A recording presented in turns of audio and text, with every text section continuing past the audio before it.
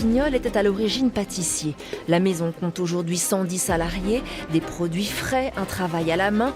Baptiste, petit-fils, revendique ce côté artisanal. Je suis aussi là pour montrer l'exemple évidemment, donc j'accompagne mes équipes pour faire ça. Parmi ces grands noms, la maison Pignol, je reçois aujourd'hui Baptiste Pignol. Baptiste, bonjour. Bonjour Damien. Tu vois, aujourd'hui j'ai des plongeurs, franchement être plongeur, c'est un métier qui est quand même assez compliqué. Si on exerçait le management de l'époque aujourd'hui, aujourd'hui je pense que l'entrepreneuriat c'est d'être Roger Federer, tu vois. Pour la deuxième fois, Baptiste Pignol de la célèbre maison du même nom est en charge avec ses équipes de préparer la quasi-totalité des repas présentés au salon. Mais franchement, dans les métiers à faible marge avec beaucoup de travail derrière, c'est pas nous les pires, hein. Loin de là. Hein. Je pense à nos amis les agriculteurs que je critiquerai jamais, c'est la génération du dessus qui a éduqué la génération du dessous. Faut pas l'oublier quand même. Ouais. Moi je peux pas regarder les infos. Je trouve ça super anxiogène en fait. Mais c'est anxiogène à mort.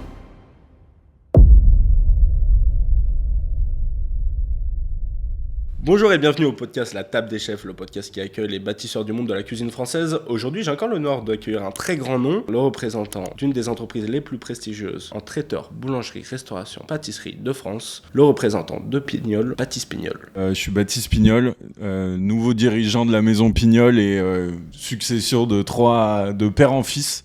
Mon grand-père, mon père et moi maintenant. Et je suis accueilli à la Table des Chefs et je suis ravi. Et je vais te raconter mon histoire.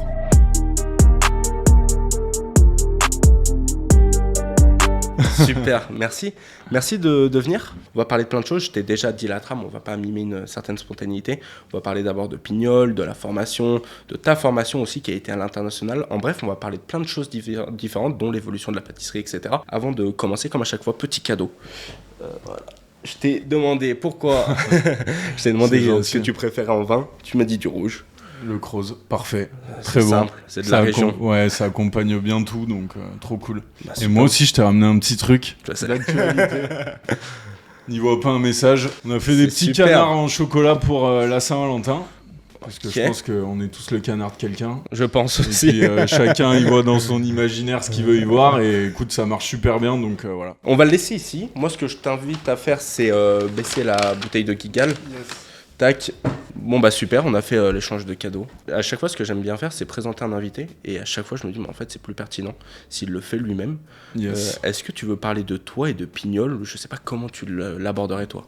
Ouais, bah écoute, on est une maison familiale qui a été créée par mon grand-père en 1954.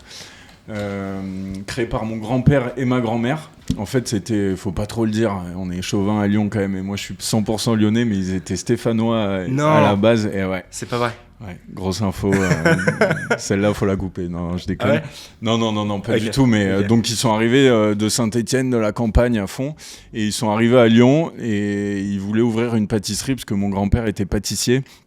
Et ils ont eu une opportunité de dingue. Ils ont rencontré une famille qui s'appelait la famille Magnan, qui vendait leur pâtisserie rue Émile Zola. Donc c'est toujours notre pâtisserie, on va dire, emblématique et qui est toujours présente aujourd'hui. Et la famille Magnan était vendeur de leur pâtisserie. Mes grands-parents, ils n'avaient pas du tout d'argent à ce moment-là. Et à l'époque, ils leur ont, entre guillemets, ils leur ont dit vous exploitez la pâtisserie gratuitement pendant un certain temps et vous nous la payerez après. Et donc, ça a été une opportunité complètement lunaire parce que ça se faisait pas ni à l'époque ni aujourd'hui. Personne t'offre le truc pour que tu puisses te lancer. Donc, ça a été l'opportunité d'une vie. Et derrière, ils ont réussi à rembourser évidemment la famille Magnan. Mais c'est pour ça que pendant des années, la maison Pignol, enfin des années, ça a duré 2-3 ans, la maison Pignol, il n'y avait pas écrit Pignol, il y avait écrit Magnan. Ah ok, je savais pas. Ouais. Parce que j'ai vu des photos de la devanture où il y avait écrit Magnan, mais je me disais que ça devait être un pacte d'associés. Au final, on est un peu là-dedans, quoi. Ils vous ont aidé, ça a été gagnant-gagnant. C'est ça. C'était en quelle année ? C'était en 54. Ah ouais, ok. Ou en 53, mais ils ont ouvert vraiment en 54.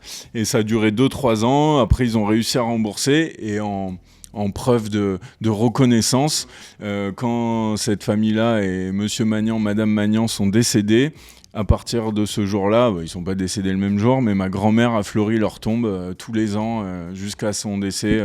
Ma grand-mère qui est décédée, j'avais 18 ans, donc il y a un peu plus de 10 ans. Ouais, ok. C'était des Arméniens, Magnan ? Honnêtement, j'en ai aucune idée.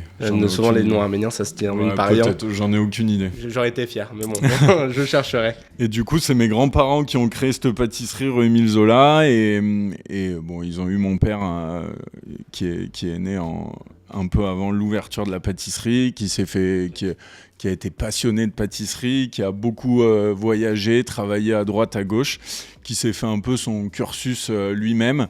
Il a travaillé aux États-Unis, il a travaillé au Canada, il a travaillé en France et il a passé le concours de meilleur ouvrier de France en 1978.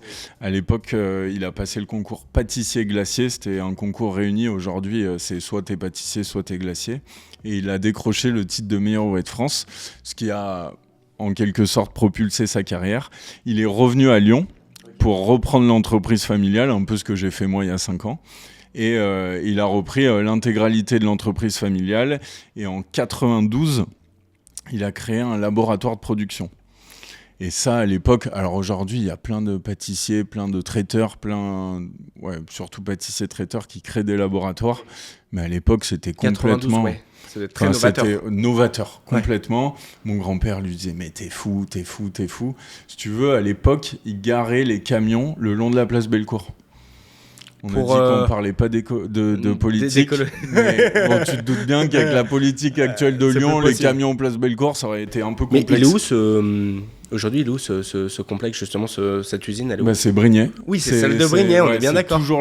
C'est toujours la même qui a du coup plus de 30 ans et qu'on exploite toujours, qu'on a agrandi. On a fait évidemment des travaux à l'intérieur, mais c'est toujours au même endroit. Brignais, pour ceux qui nous écoutent et qui ne situeraient pas, c'est une petite ville à 20-30 minutes de Lyon, au sud-ouest de Lyon. Et moi, comme je t'ai dit avant le podcast, j'y passais tous les matins. Elle est emblématique, elle est gigantesque, il y a des grands lapins, etc. C'est sublime. Et même à Brignais, c'est un peu la référence. C'est peut-être, je pense, même une des plus grosses boutiques du sud-ouest lyonnais. J'ai pas envie de m'avancer, mais c'est un incontournable. Ouais, disons qu'on a un beau labo, un beau restaurant et une belle boutique sur place. Donc, aussi, on a le restaurant, on a tout. Justement, ça c'est quelque chose où je voulais te lancer parce qu'il m'est passé moult sujets pour faire le podcast. Comme je l'ai dit, même la présentation, il y a 4 trucs à dire. Pâtisserie, boulangerie, restauration, traiteur. C'est ça ? Ouais, c'est ça. Comment c'est venu ? Est-ce qu'il y a d'autres branches ? Comment elles sont venues, ces branches ? Pourquoi cet écosystème, quoi ? En fait, au départ, donc, c'était une pâtisserie 100%. Juste ça. Et après, quand mon père est revenu, il a voulu développer le côté salé. Okay. Et il s'est mis à faire de l'événementiel. D'accord. Et quand tu fais de l'événementiel, tu es obligé de faire des pièces cocktails, tu es obligé de faire des plats chauds, tu es obligé de faire des desserts. Donc ça crée vite une synergie, et tu es obligé de faire du pain. Donc ça crée vite une synergie où mon père s'est dit autant intégrer tout à l'entreprise. Alors aujourd'hui, c'est notre force, c'est également notre faiblesse, parce que il faut savoir à peu près tout faire, bien sûr. Mais bon, nous, on prend plutôt ça côté force. Et voilà comment tous ces métiers-là se sont créés chez nous. Et aujourd'hui, on fait de la charcuterie, on fait de la cuisine froide, donc c'est-à-dire tout ce qui va être pièces cocktail. On fait de la cuisine chaude, tout ce qui va être plat chaud. On va faire du tour, ça va être toutes les pâtes, différentes pâtes, style la galette des rois, tu vois, c'est fait au tour. Ok, d'accord. On a une partie cuisson qu'on appelle le four. Pour toutes ces pâtes, les quiches, tout ça. Et après, on a la pâtisserie et on a d'autres métiers qui viennent en parallèle, les achats, la logistique matérielle. On en fait aussi de la charcuterie. On fait énormément de métiers différents. On fait peut-être pas tous les métiers de la restauration, mais quand même, on s'en rapproche. Aujourd'hui, c'est très diversifié ce que fait Pignol, et j'ai l'impression que vous êtes un peu sur tous les fronts, et souvent on remarque des entreprises qui sont sur beaucoup de fronts, qui sont cohérentes quand même, vous n'êtes pas allé faire je ne sais quoi d'autre, ça reste cohérent, mais ce qui est bien surtout, c'est que c'est très équilibré, vous êtes autant connu, en tout cas moi à Brignais, pour le restaurant, que pour la boulangerie, que pour la pâtisserie, et que pour la partie traiteur, tu sais, et je trouve ça sublime, et aussi... Pourquoi ? Parce que c'est très gros. Aujourd'hui, Pignol, c'est combien d'employés ? Aujourd'hui, on est 220 à peu près. Dans toute la France ? Non, pas dans toute la France, seulement sur Lyon et la région. Ok. Et si tu veux, au labo de prod à Brignais, à l'atelier, on est déjà une centaine de professionnels qui travaillent dedans. D'accord. Donc entre cuisinier, pâtissier, et comme tu dis, se diversifier, des fois c'est un risque, parce que tu peux aussi perdre en qualité sur certains produits, parce que voilà, il faut aussi avoir l'énergie de tout vérifier, de tout mesurer. Et la chance, et ça c'est vraiment mon père qui a vraiment véhiculé ça, et aujourd'hui j'essaye énormément de m'en servir et j'apprends de cette stratégie-là, c'est qu'il s'est toujours dit, je mets de grands professionnels à chaque poste. D'accord. Donc nous, on est forcément l'œil qui, à la fin, valide ou non les produits, qui valide ou non la qualité des produits. Et c'est pour ça que moi, je suis 100%, enfin pas 100%, mais je suis énormément à l'atelier de prod. C'est que c'est quand même le nerf de la guerre de notre entreprise. Ouais, c'est qu'aujourd'hui, on est obligé d'avoir cette forme de qualité par rapport au prix qu'on met en face. Et donc nous, on est là pour valider, mais en dessous de moi, j'ai de grands professionnels qui travaillent tous les jours, et ce qui est quand même une facilité absolue pour faire le métier qu'on fait. Ouais, complètement. De toute façon, quand on arrive à quelque chose d'aussi ample, j'imagine qu'avoir des piliers, on ne peut plus gérer tout seul. Donc forcément, on reviendra dessus tout à l'heure, parce que je sais que vous formez énormément, et c'est quelque chose de super intéressant. Juste avant de passer à la prochaine question, aujourd'hui, vous avez combien de magasins? Où est-ce qu'ils se situent? Alors aujourd'hui, on a 9 magasins sur Lyon et la région lyonnaise. Juste sur... ok. Le plus loin, c'est Brigné, Écully, Villeurbanne. Ok. Donc c'est vraiment la région. Ouais. Et là, on ouvre le 10e début avril. Ok. Sortie de la gare de la Pardieu, en direction du métro. Ou soit sortie, soit départ de Lyon. Et là, l'idée, c'est de faire une boutique un peu snacking pour à la fois le matin prendre son petit déjeuner, le midi prendre son déjeuner, l'après-midi un goûter et le soir, pourquoi pas un dîner. Mais aussi de faire des cadeaux de voyage. Un cake, une brioche praline. C'est vrai que ça s'y prête bien. Si tu oublies de ramener quelque chose quand tu vas à Paris et que tu vas chez des gens où tu passes à la gare, tu viens chez moi, tu prends ta brioche praline, et ça fait toujours un cadeau sympa venant de quand même la capitale de la gastronomie. Ouais, bien sûr. C'est merci de le dire. Donc voilà, c'est notre nouveau projet 2026 et j'espère que ça va être un beau projet avec pas mal de succès. Il y a quelque chose sur lequel je voulais revenir, c'est ta formation à toi.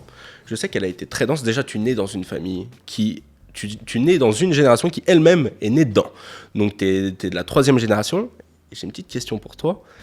Pour commencer cette partie à propos de la formation, c'est Christophe Marguin qui nous l'a posé. Okay. Qu'est-ce que ça fait d'être le 3e dans une famille aussi réputée, d'être la 3e génération? Est-ce que c'est de la pression sur les épaules? Comment tu l'as vécu, toi? C'est une question qu'on me pose souvent. Je suis pas quelqu'un qui subit trop la pression, déjà de base, c'est pas mon caractère. Okay. Et puis quand j'ai fait le choix de revenir dans l'entreprise et avec cette envie de reprendre l'entreprise, si tu veux, si en plus je m'accablais de la pression de mon grand-père, de mon père, plus la pression de la stratégie, on va dire, globale de l'entreprise, je pense que je me serais tué et c'est trop compliqué. Donc l'idée, c'est, quand je suis rentré en tout cas dans l'entreprise, c'était de se dire, écoute, je tente, on verra bien si ça fonctionne ou si ça ne fonctionne pas. Tant que tu l'as pas fait, tu sais pas. J'étais assez convaincu de mes capacités, mais là j'arrive dans un gros bateau quand même, donc ça pouvait aussi ne pas fonctionner. C'était à combien de temps que tu reprends? Ça fait 6 ans. Que tu rentres dedans, pardon. Ouais, ça fait 6 ans et je suis arrivé tout de suite à un poste quand même de direction. Donc post-Covid ou pendant le Covid? Juste après le Covid. Je suis rentré le 1er mai, tu vois.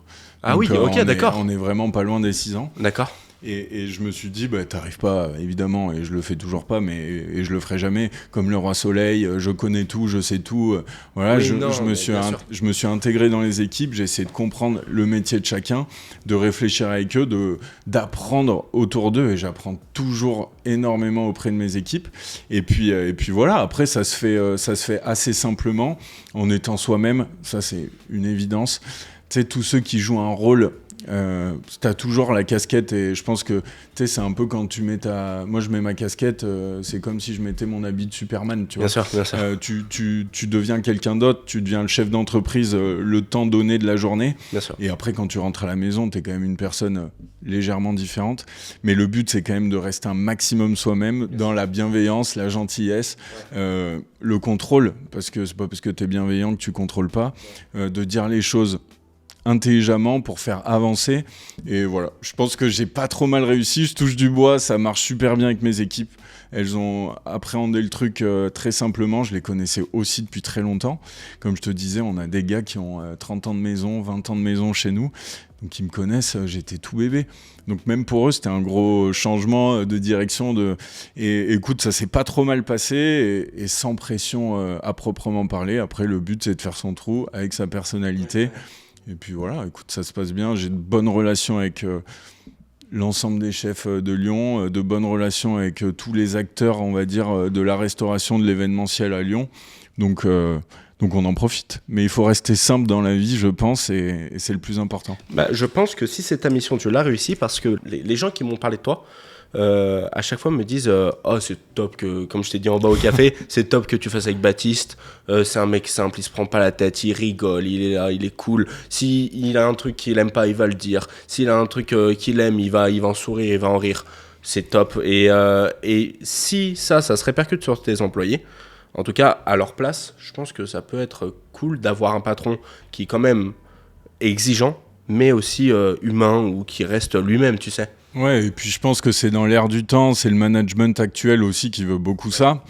Peut-être qu'à l'époque de nos parents, tu vois, c'était un management plus dur. Je sais que tu en as parlé dans d'autres podcasts. Bien sûr. Et si on exerçait le management de l'époque aujourd'hui, bon, alors il y en a encore qui le font, mais je suis pas sûr que ça soit une stratégie tip top, tu vois. Et aujourd'hui, on est dans une nouvelle ère. Aujourd'hui, on manage de cette manière, c'est-à-dire une manière, tu vois, un peu plus progressive, où on prend le temps d'écouter les gens et de leur donner des opportunités et de les laisser faire. Et après, tu corriges, t'orientes, tu dis oui, tu dis non. Où tu dis oula, pour le moment c'est peut-être pas le bon moment pour faire ça, et puis après voilà, c'est une réflexion on va dire commune, où comme je t'ai dit, j'ai 220 collaborateurs, c'est 220 cerveaux, à 220 normalement, enfin en tout cas c'est ce que je me dis, on est censé y arriver, quoi. Normalement ça le fait. Donc si t'écoutes tout le monde, y a des gens qui sont très différents au sein de mon entreprise, qui représentent très bien aussi mes clients. Parce que vu que c'est plein de gens différents, des âges différents, des opinions différentes, des provenances différentes, et à la fin, si tous ces gens-là sont en communion au sein de ton entreprise, ça se ressent forcément sur tes clients. Même sur tes produits. Et sur tes produits, forcément. Tu monteras pas de la tête que si tu es bien au travail, tu travailles mieux. Je pense et aussi. Si tu es dans un cadre où tu te sens pas bien, forcément, le travail est moins bien fait ou moins pertinent. Justement, il y a quelque chose là, spontanément, sur lequel j'ai envie de te lancer, c'est que tu as 220 personnes qui sont très diverses, âge, sexe différents, opinions, peut-être carrières différentes. Aujourd'hui, elles sont toutes chez Pignol. C'est quoi pour toi un bon management ? Comment tu fais en sorte que tes employés se sentent bien ? Alors moi j'ai un management, forcément moi je travaille principalement avec mes responsables, notamment d'ateliers, mes responsables commerciaux, mes directeurs, enfin voilà. Et après le but c'est que ça soit quand même un petit peu pyramidal, c'est un côté organisation. Mais je reste proche quand même de même entre guillemets des personnes qui sont en dessous de ces responsables. Je connais évidemment leurs prénoms, je sais combien ils ont d'enfants. Okay. Alors je connais pas leur vie par cœur, évidemment. Loin de là, mais toujours avoir ce côté où on s'intéresse, parce qu'en plus ça m'intéresse, clairement. Mais je pense que ça donne aussi de la valeur à ces personnes-là, et elles se sentent, évidemment, du lien, elles se sentent impliquées, concernées. Tu penses que c'était moins le cas avant ? Non, je pense. Alors pas chez nous. Mon père, il a toujours été comme ça. Ça a été vraiment une philosophie. Nous, on se dit, on est une entreprise familiale, mais on est une entreprise familiale pas parce qu'elle est détenue par une famille. Évidemment, c'est le cas, mais en plus parce que notre famille, c'est notre entreprise et c'est nos équipes. Ouais. Et mes parents, ils ont toujours été là pour nos collaborateurs dans les bons et dans les mauvais moments. Et ça, je pense que c'est une vraie. Enfin, c'est vraiment une qualité que m'a transmis autant ma mère que mon père, et c'est hyper important et c'est ancré en moi. Et donner, c'est recevoir derrière. Faut pas attendre. C'est pas parce que tu donnes que tu reçois. Bien sûr. Mais la roue, elle tourne, et elle tourne toujours dans le sens dans lequel tu essayes de la faire tourner. Tu vois. Je suis d'accord. C'est vrai. Et en plus, on a de plus en plus donné la parole à des employés qui vont dire que oui, ça se ressent. Moi, je sais que mon père, qui était plombier, quand il était dans des boîtes où le patron s'en fout, il connaît pas son prénom, etc., il travaille moins, il a moins envie, en fait, parce qu'il est moins aligné avec les intérêts. Donc toi, ce que tu me dis, c'est d'avoir du lien. Et en fait, ça se mime pas, ça. Il faut quelqu'un qui, humainement, nativement est là. Et aussi de bien cadrer tes responsables pour que eux aussi, tout le monde, en fait, communique. Mais bien sûr, et puis tu as besoin de tous les profils, tu vois, dans une entreprise, c'est comme dans une société, comme en France, comme... Enfin voilà, t'as tous les profils. T'as besoin de personnes qui sont plus locomotives, et t'as besoin de personnes qui sont un peu plus... qui suivent ces locomotives et qui se font orienter. Et si on avait que des avants de train, ça marcherait pas parce que tout le monde se battrait. Bien sûr. Et voilà, faut créer cette belle synergie où tout le monde est impliqué, tout le monde a une valeur ajoutée. Et puis oui, il y en a qui sont plus dans le management, d'autres qui sont plus dans la production, on va dire. Mais on a besoin de tout le monde. Et ça, c'est important de valoriser aussi chaque niveau de l'entreprise. Tu vois, aujourd'hui, j'ai des plongeurs. Franchement, être plongeur, c'est un métier qui est quand même assez compliqué. Vraiment, il y a un message qu'on essaie vraiment de passer dans l'entreprise. C'est pas parce que c'est des plongeurs qu'il faut pas les respecter autant que les autres. Et tu vois, on essaye de débarrasser la vaisselle avant de leur donner. Enfin, voilà, faut respecter un minima les personnes avec qui tu travailles. Bien sûr. Ouais. Et on a besoin d'eux. S'ils sont pas là, ça marche pas non plus. C'est pour ça qu'on veut en embaucher, quoi. Évidemment. Donc, évidemment, tout le temps. Justement, il y a un point que j'avais prévu, comme tu le sais, c'est l'ingratitude de ces métiers. Il y a un côté quand même très ingrat, faut quand même bien prendre sur soi, et je trouve que c'est pas encore assez reconnu. C'est d'ailleurs une des raisons pourquoi je fais ce podcast. Avant d'en venir là, j'aimerais parler de ta formation. Avant de rejoindre Pignol, qu'est-ce que tu as fait pour ceux qui écouteraient le podcast ? Moi, j'ai fait... alors, ma mère, elle était pas hyper chaude que je rentre dans la restauration. Ah ouais, parce que, comme tu dis, c'est un métier un peu dur. Ouais. Et elle m'a toujours dit, Baptiste, faut que tu mènes tes études scolaires au moins jusqu'au bac. C'est hyper important. Et je pense qu'elle avait raison, juste pour le développement, on va dire, du cerveau. Bien sûr. Et donc, j'ai fait une école classique à Lyon. J'ai passé mon bac, j'étais au Lazariste. Ah oui, je connais, donc, je connais très bien. Ouais, ça fonctionne bien. J'ai beaucoup de potes qui sont maristes. Ouais, voilà, petite rivalité. Et donc une école classique, j'ai fait un bac ES à l'époque, maintenant je sais même plus comment ça s'appelle, mais ça a changé, économique. Et à la suite de ce bac, ma mère, elle m'a dit, une fois que tu as le bac, tu feras bien ce que tu veux. Si tu veux te lancer dans la restauration, vas-y, mais sait-on jamais, si tu te rends compte au bout d'un an que ça ne te plaît pas, tu pourras toujours revenir en arrière et tu auras un bagage et tu partiras sur une autre formation. Donc ça a été une vraie... tu sais, quand t'es jeune, tu te dis pas que ça te sert à quelque chose. Et j'ai suivi évidemment ma mère et j'avais les capacités de le faire aussi, hein, ça aide. Et donc voilà, et après la voie classique... lyonnaise, forcément, en étant là, c'était d'aller, à l'époque ça s'appelait encore l'Institut Paul Bocuse, et j'ai fait l'Institut Paul Bocuse, l'école de cuisine. Maintenant qui s'appelle Life, exactement, où j'ai passé un bachelor d'art culinaire et management de restauration. Le nom claque. Ouais, c'est vrai que ça fait stylé quand tu le dis. Ouais, après, on fait que de la cuisine et on sauve pas de vie. On sauve pas de vie. Mais c'est une super école parce que c'était, à mon sens, l'école de la vie. On t'apprenait à travailler, on t'apprenait à travailler à la dure. T'as reçu David Tissot qui a été un de mes mentors quand j'étais là-bas. Ah, t'as été coaché, en gros, c'est un intervenant. C'était un des chefs de l'Institut Paul Bocuse et j'ai travaillé pendant longtemps avec lui. Incroyable. Et comme tu sais, il a travaillé chez mon père et avec mon grand-père. Oui. Et du coup, quand il m'a vu arriver, il a dû se dire, lui, je le prends sous mon aile, et il m'a bien formé, bien matraqué, mais au moins ça te met dans les rails et ça fait partie des mecs qui ont marqué quand même le début de ma vie et le début de ma jeune carrière en cuisine. Moi, j'avais avec lui la semaine dernière, je l'embrasse d'ailleurs. Non, aujourd'hui, ce qu'il a fait, peu de gens en sont capables, voire très peu de gens en sont capables. Il a ce côté compétiteur de ouf qui est hyper intéressant.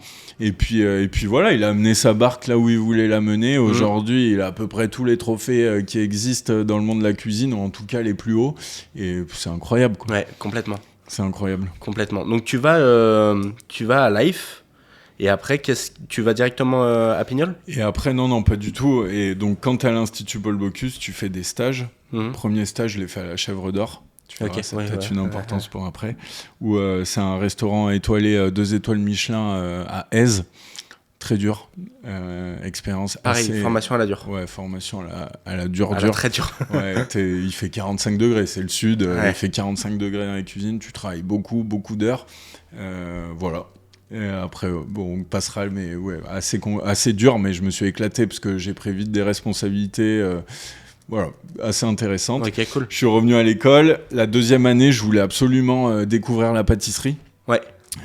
Parce que là, pour l'instant, t'es que cuisine, quoi. Ouais, mais je suis que cuisine, moi, au final. Okay. Mais je pars à Paris découvrir la pâtisserie chez une grande pâtissière peu connue, mais une des meilleures pâtissières, à mon sens, de Paris, Claire d'Amont. Ok. Qui a 2 pâtisseries sur Paris et qui était un peu la comment on appelle ça, le poulain de Pierre Hermé, tu vois, à l'époque. Ah oui. Ouais. Ok, d'accord. Et c'est une pâtissière exceptionnelle.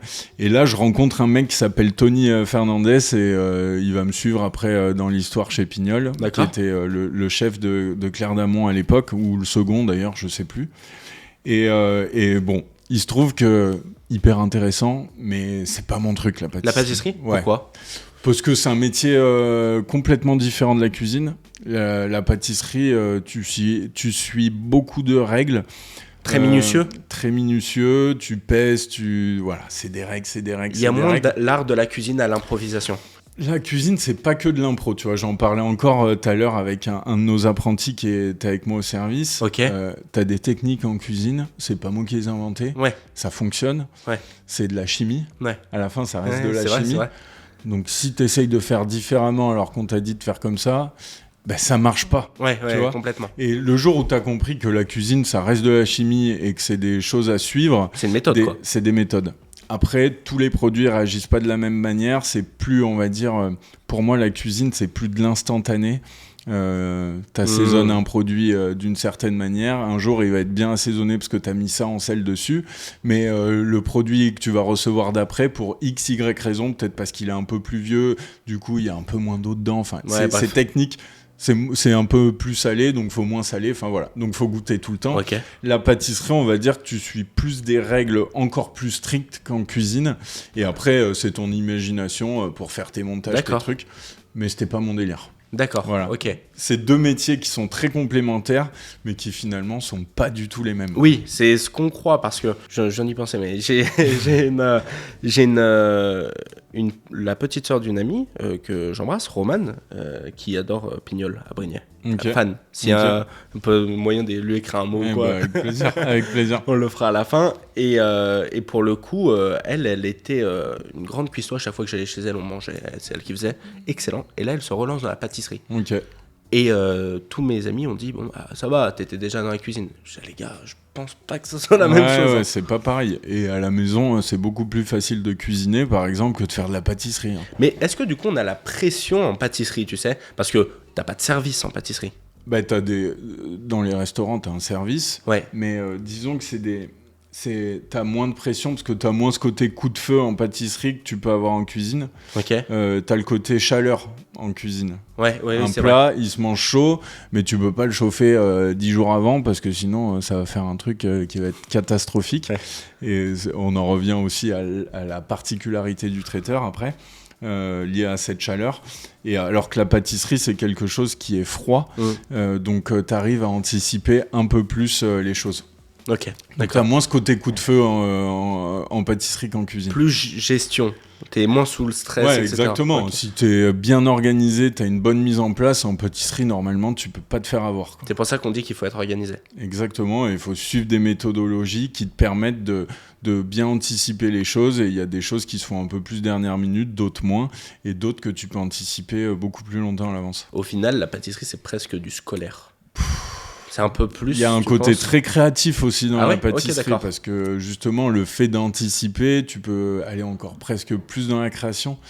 C'est dur à définir les deux mondes, mais ça reste très différent pour beaucoup de raisons différentes, et c'est des produits qui réagissent pas de la même manière. Et puis tu as ce côté, encore une fois, c'est vraiment ce côté cuisson de dernière minute qui n'existe que très peu en pâtisserie, quoi. Et donc après, tu te recentres sur la cuisine ? Ouais, je finis à l'Institut Paul Bocuse. Ouais. Je suis embauché à l'Institut Paul Bocuse par David Tissot. D'accord. Voilà. Non, mais tout ça, il m'a pas dit. Hein. Ouais, où on monte tout petit. Ouais, parce qu'il a plein de choses à raconter autre que ça. Moi, ça fait vraiment partie intégrante de ma formation. Et j'étais chef de partie viande pendant plusieurs mois à ses côtés. D'accord. ou dans le restaurant où il a décroché une étoile Michelin. Aux Saisons ? Ouais, exactement. Ah, t'étais chef de partie là-bas ? Ouais. J'étais le premier, dans les premiers embauchés sur place. D'accord. Donc on accueillait des étudiants pour les former, et nous on était vraiment embauchés. Derrière cette formation avec David Tissot, je suis parti au Pérou. Au Pérou ? Au Pérou. J'ai cru que t'allais me dire au Pérouse. Non, au Pérou, en Amérique latine, où j'ai donné des cours de cuisine à des jeunes Péruviens. Ok. Hyper intéressant. Ouais. Pas mon truc, mais hyper intéressant. Vas-y, pourquoi ? Parce que tu montres une technique, t'attends qu'ils refassent, tu goûtes, tu dis c'est bien, c'est pas bien, ils refont, t'attends.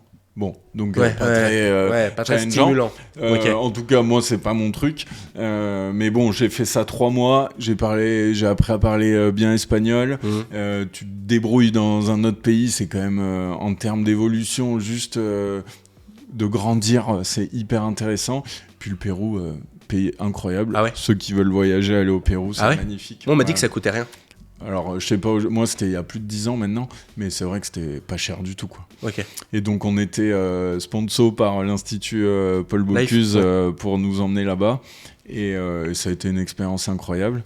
Et quand je suis rentré, je me suis dit bon, il faut que je vois un truc complètement différent, et il fallait que je vois le monde du palace. Parce que dans un palace, l'idée toujours derrière ça, c'était de reprendre Pignol. Hein.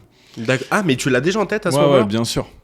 Okay. Bien sûr, sauf que je voulais pas faire de traiteur, spécialement parce que je savais que le traiteur, j'allais apprendre auprès de mes parents. Okay. Et là, je voulais vraiment faire de la haute gastronomie. D'accord. Parce que dans la haute gastronomie, c'est toujours...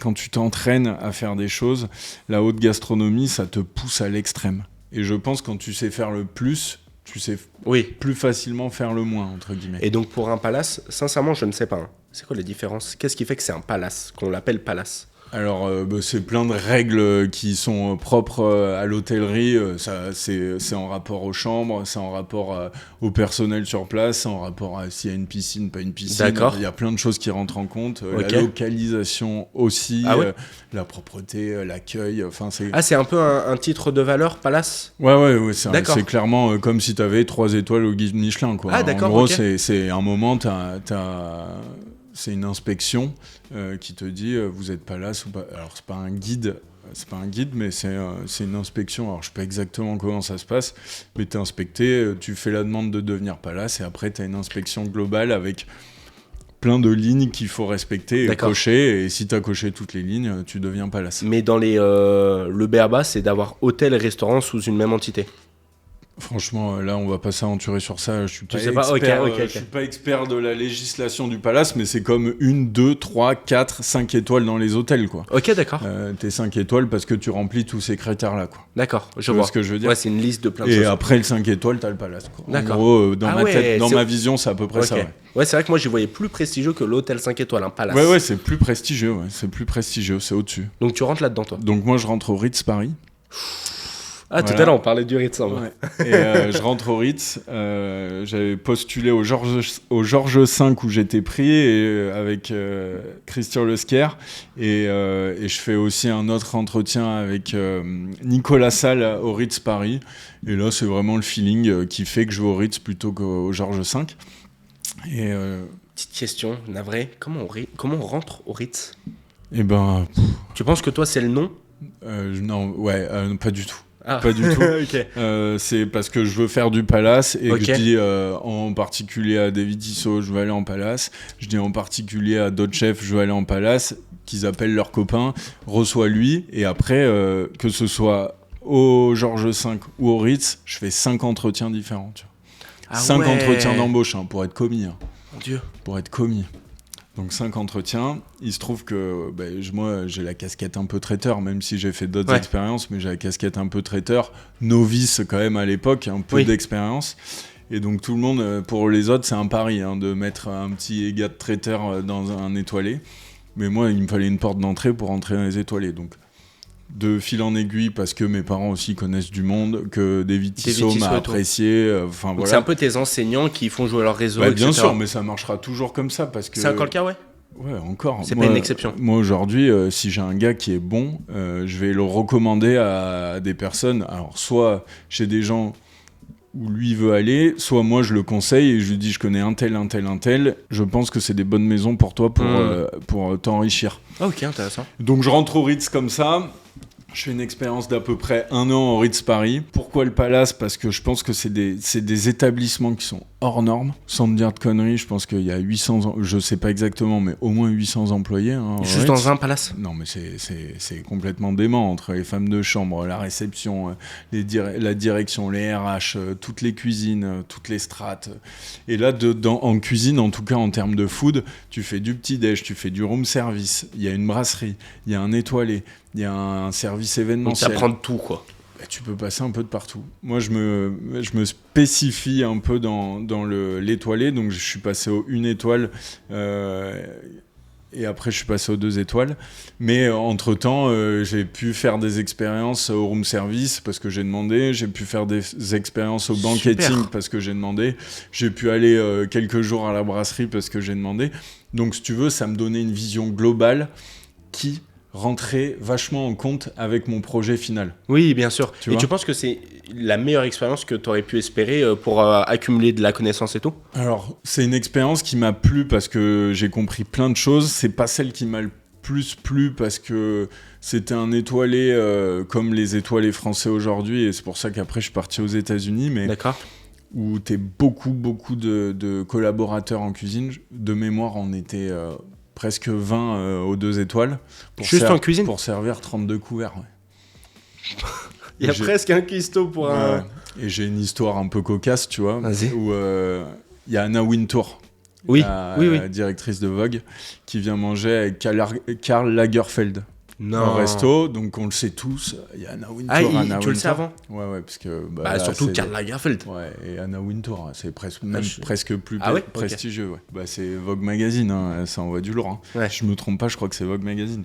Et Anna Wintour, elle choisit son menu avant de venir. D'accord. Donc on sait ce qu'ils vont manger. Okay. Et elle dit, je veux une salade de cresson. Ok. Sauf qu'une salade de cresson en 2 étoiles, tu prends les feuilles et tu les enlèves une par une comme ça pour faire la salade de cresson d'Anna Wintour. Tu fais un truc carré de chez carré, donc ça te prend une plombe. Et l'histoire est qu'on lui fait sa salade de cresson et plein d'autres choses, mais ça m'a marqué. On lui pose la salade de cresson sur la table, alors pas moi, mais les serveurs. Oui. Et par contre, c'est moi qui ai tapé les pluches de cresson. C'est pour ça que ça m'a marqué et que ça m'avait pris une balle de temps. La salade qui vaut 75 €, je sais pas combien il la vendait, mais sûrement un prix exorbitant. Posée sur la table, et à la fin du repas, la salade de cresson n'a pas bougé, tu vois. Elle n'a pas touché ? Pas touché. Ah, tu dois être content, toi. Et il y a un des serveurs ou le maître d'hôtel qui va la voir et lui dit « Mais Madame Wintour, elle vous a pas plu la salade ?» Elle dit « Non, c'était juste pour mettre de la verdure sur la table. » C'est vrai ? Comme dans la déco. Ouais. Comme si nous, au lieu de mettre la... Incroyable. L'histoire, elle est folle, tu vois. Donc là, tu rentres dans un monde qui est pas du tout le tien et qui d'ailleurs sera jamais le mien, tu vois. Jamais je ferai ça. Ça te plaît pas, toi ? Si, ça me plaît, c'est intéressant à voir, mais je me vois pas faire ma vie dans ça, tu vois.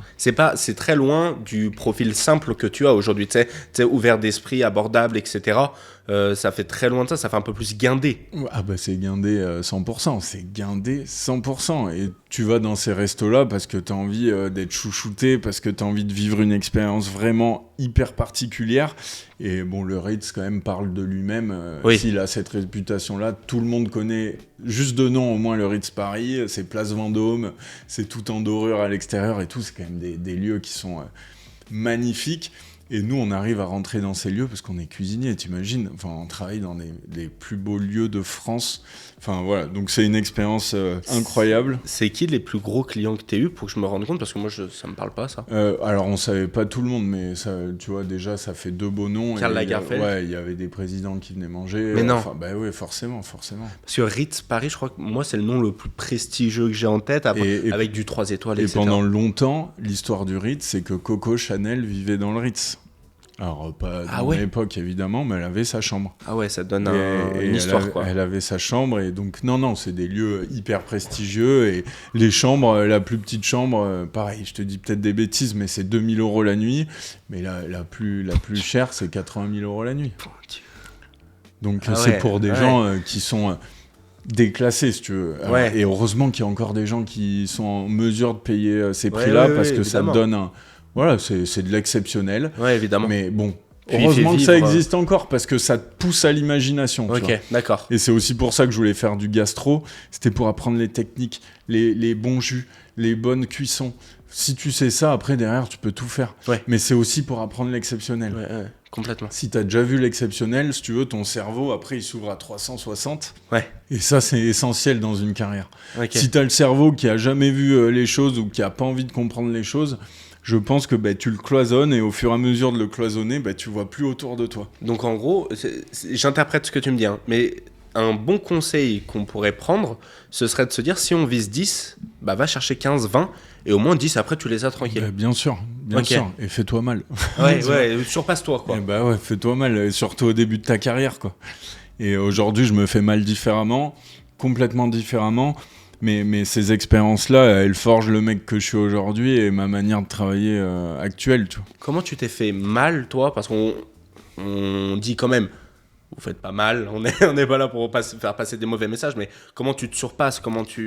Mais si, il faut se surpasser dans la vie. Bien sûr. Parce que, si tu veux, t'as le moment où tu te surpasses. L'instant T, il est dur. Complètement. Et c'est comme quand tu fais du sport. Évidemment, c'est ce que j'allais dire. Tu veux te faire même un coaching, tu vois, tu fais du crossfit, ou avec Denis, tu te fais une bonne séance de sport, il te fout à plat. Ouais. Tu t'es fait mal, par contre tu rentres le soir, t'es content, le lendemain t'es hyper bien. Grave. Parce que tu l'as fait, t'as une sorte de fierté qui s'installe en toi et ça te développe, tu vois, c'est de l'endorphine, c'est des trucs hyper intéressants qui se passent dans ton cerveau. Là, le travail, c'est le même principe à mon sens, c'est qu'à partir du moment où t'as vécu des choses un peu plus difficiles, moi j'ai pas eu des plats dans la gueule, des trucs, mais j'ai eu des gens qui insultaient, j'ai eu des moments où si c'était très dur parce qu'il fallait travailler, il fallait que ça passe dans le temps imparti, enfin voilà, et où des longues journées, des 6h, 1h du matin, c'est des trucs que je fais encore tous les jours, tu vois. Ah ouais? Peut-être pas tous les jours, mais ça franchement, ça arrive 10 fois par mois, quoi. Donc, non, c'est pas non plus... mais parce que je l'ai fait aussi quand j'étais jeune, aujourd'hui, ça me paraît presque une normalité et je sais le faire. Et j'ai mes équipes qui le font avec moi. Et je suis aussi là pour montrer l'exemple, évidemment. Donc, j'accompagne mes équipes pour faire ça. Mais j'ai des mecs qui font encore des fois plus que ça, en termes d'heures. Ok. Mais il y a le côté se faire mal en termes d'heures. Il y a ce côté se faire mal parce que, comme quand j'ai commencé, je triais des pluches, je triais le cresson, je faisais des trucs. Alors aujourd'hui, c'est des trucs que je fais plus. Quoi. C'est des trucs que je fais plus, mais il faut passer par toutes les étapes. J'ai fait du service quand j'étais encore plus petit, tu vois, 16 ans, 17 ans, j'allais aider mes parents, je faisais du service, je faisais plein de choses. Mais quand tu connais les métiers des autres, tu as une sorte de, on va dire, de légitimité. Tu sais ce qu'ils font, tu sais où est la difficulté, tu sais où il n'y a pas de difficulté aussi pour recaler, rejuger, pour orienter.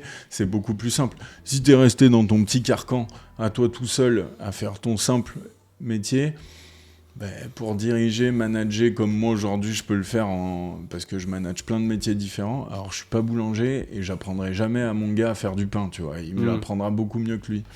Mais je sais que le pain, il faut de l'eau, de la farine et du sel. Tu as les bases. Bien sûr. Le mieux, c'est d'ouvrir son esprit en ayant des bases sur les métiers qui sont voisins au tien. Mais c'est, en tout cas, mon poste actuel, ou demain un chef de cuisine ou un chef d'entreprise, quel que soit... Bien sûr. Quelle que soit l'entreprise, il faut que tu saches faire le travail de la secrétaire, il faut que tu saches faire le travail de la commerciale. Ça reste des professionnels dans leur métier. Et moi, je dis souvent à mes gars, si je deviens meilleur que vous dans vos métiers, c'est pas bon signe, tu vois. Ouais, c'est pas bon signe. Par contre, je le connais suffisamment bien pour, si t'es dans la merde, t'aider. Ouais. Et deuxièmement, pour pouvoir aussi avoir une vision sur ton travail et pouvoir avoir cette vision un peu globale de l'entreprise pour pouvoir te développer toi, mais je sais que ça va influer sur les ventes, je sais que ça va influer sur le service commercial et je sais qu'in fine, ça ira sur le client, tu vois. En bref, tu parles le même langage que lui, quoi.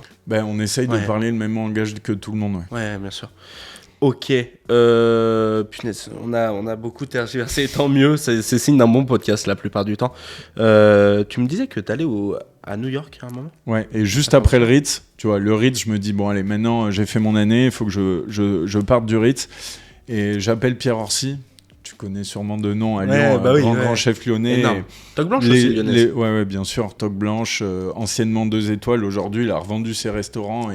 Et bon, c'est génial pour lui et il fait des grands repas, et à mon père et tout. Et franchement, c'est un mec top et il a bien raison d'en profiter. J'appelle Pierre Orsi et je lui dis écoutez, chef, j'aimerais vraiment partir à New York, aller aux États-Unis et travailler chez Daniel Boulud. Il me dit ok, t'inquiète pas, je l'appelle. Il dit ça ? Ouais. Et il appelle Daniel Boulud et de fil en aiguille, je fais des entretiens, je fais des rendez-vous, il faut faire un visa, enfin il y a pas mal de choses qui rentrent en compte. Et un jour, on me dit, t'as ton visa, tu pars tel jour et tu commences tel jour chez Daniel Boulud.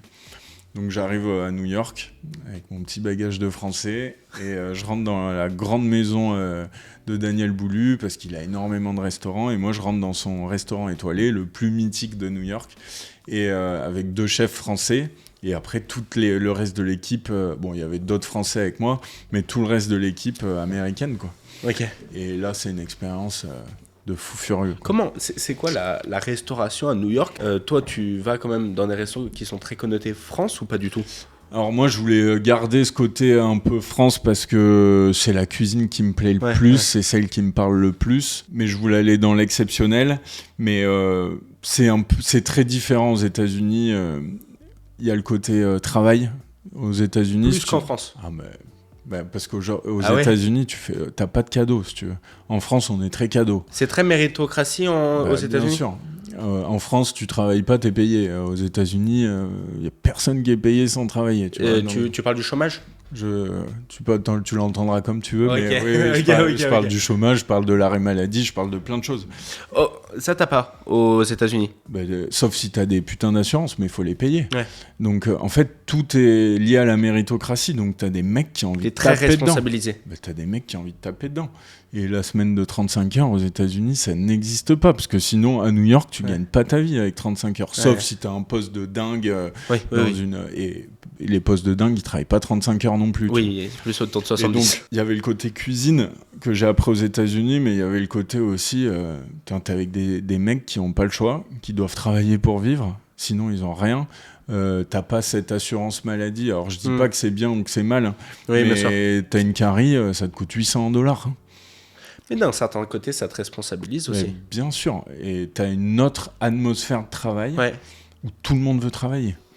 J'imagine aussi que tu dois plus toucher ton super brut. Enfin, on doit plus se rapprocher du super brut que déverse ton employeur.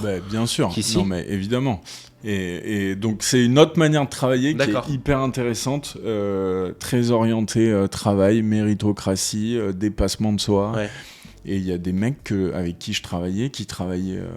je sais pas, 10 heures dans l'entreprise où j'étais et qui derrière enchaînaient sur 5-6 heures dans une autre et qui après faisaient un petit boulot le matin, ils allaient promener des chiens pendant 2 heures. C'est un état d'esprit pas du tout français, ça. Mais ils voulaient s'en sortir, ils voulaient payer leur baraque, ils voulaient faire bouffer leurs gamins. Toutes les écoles sont payantes aux États-Unis, en tout cas toutes les bonnes, hein, à partir de la maternelle. Et c'est des $20,000. La maternelle, c'est des $20,000 par an.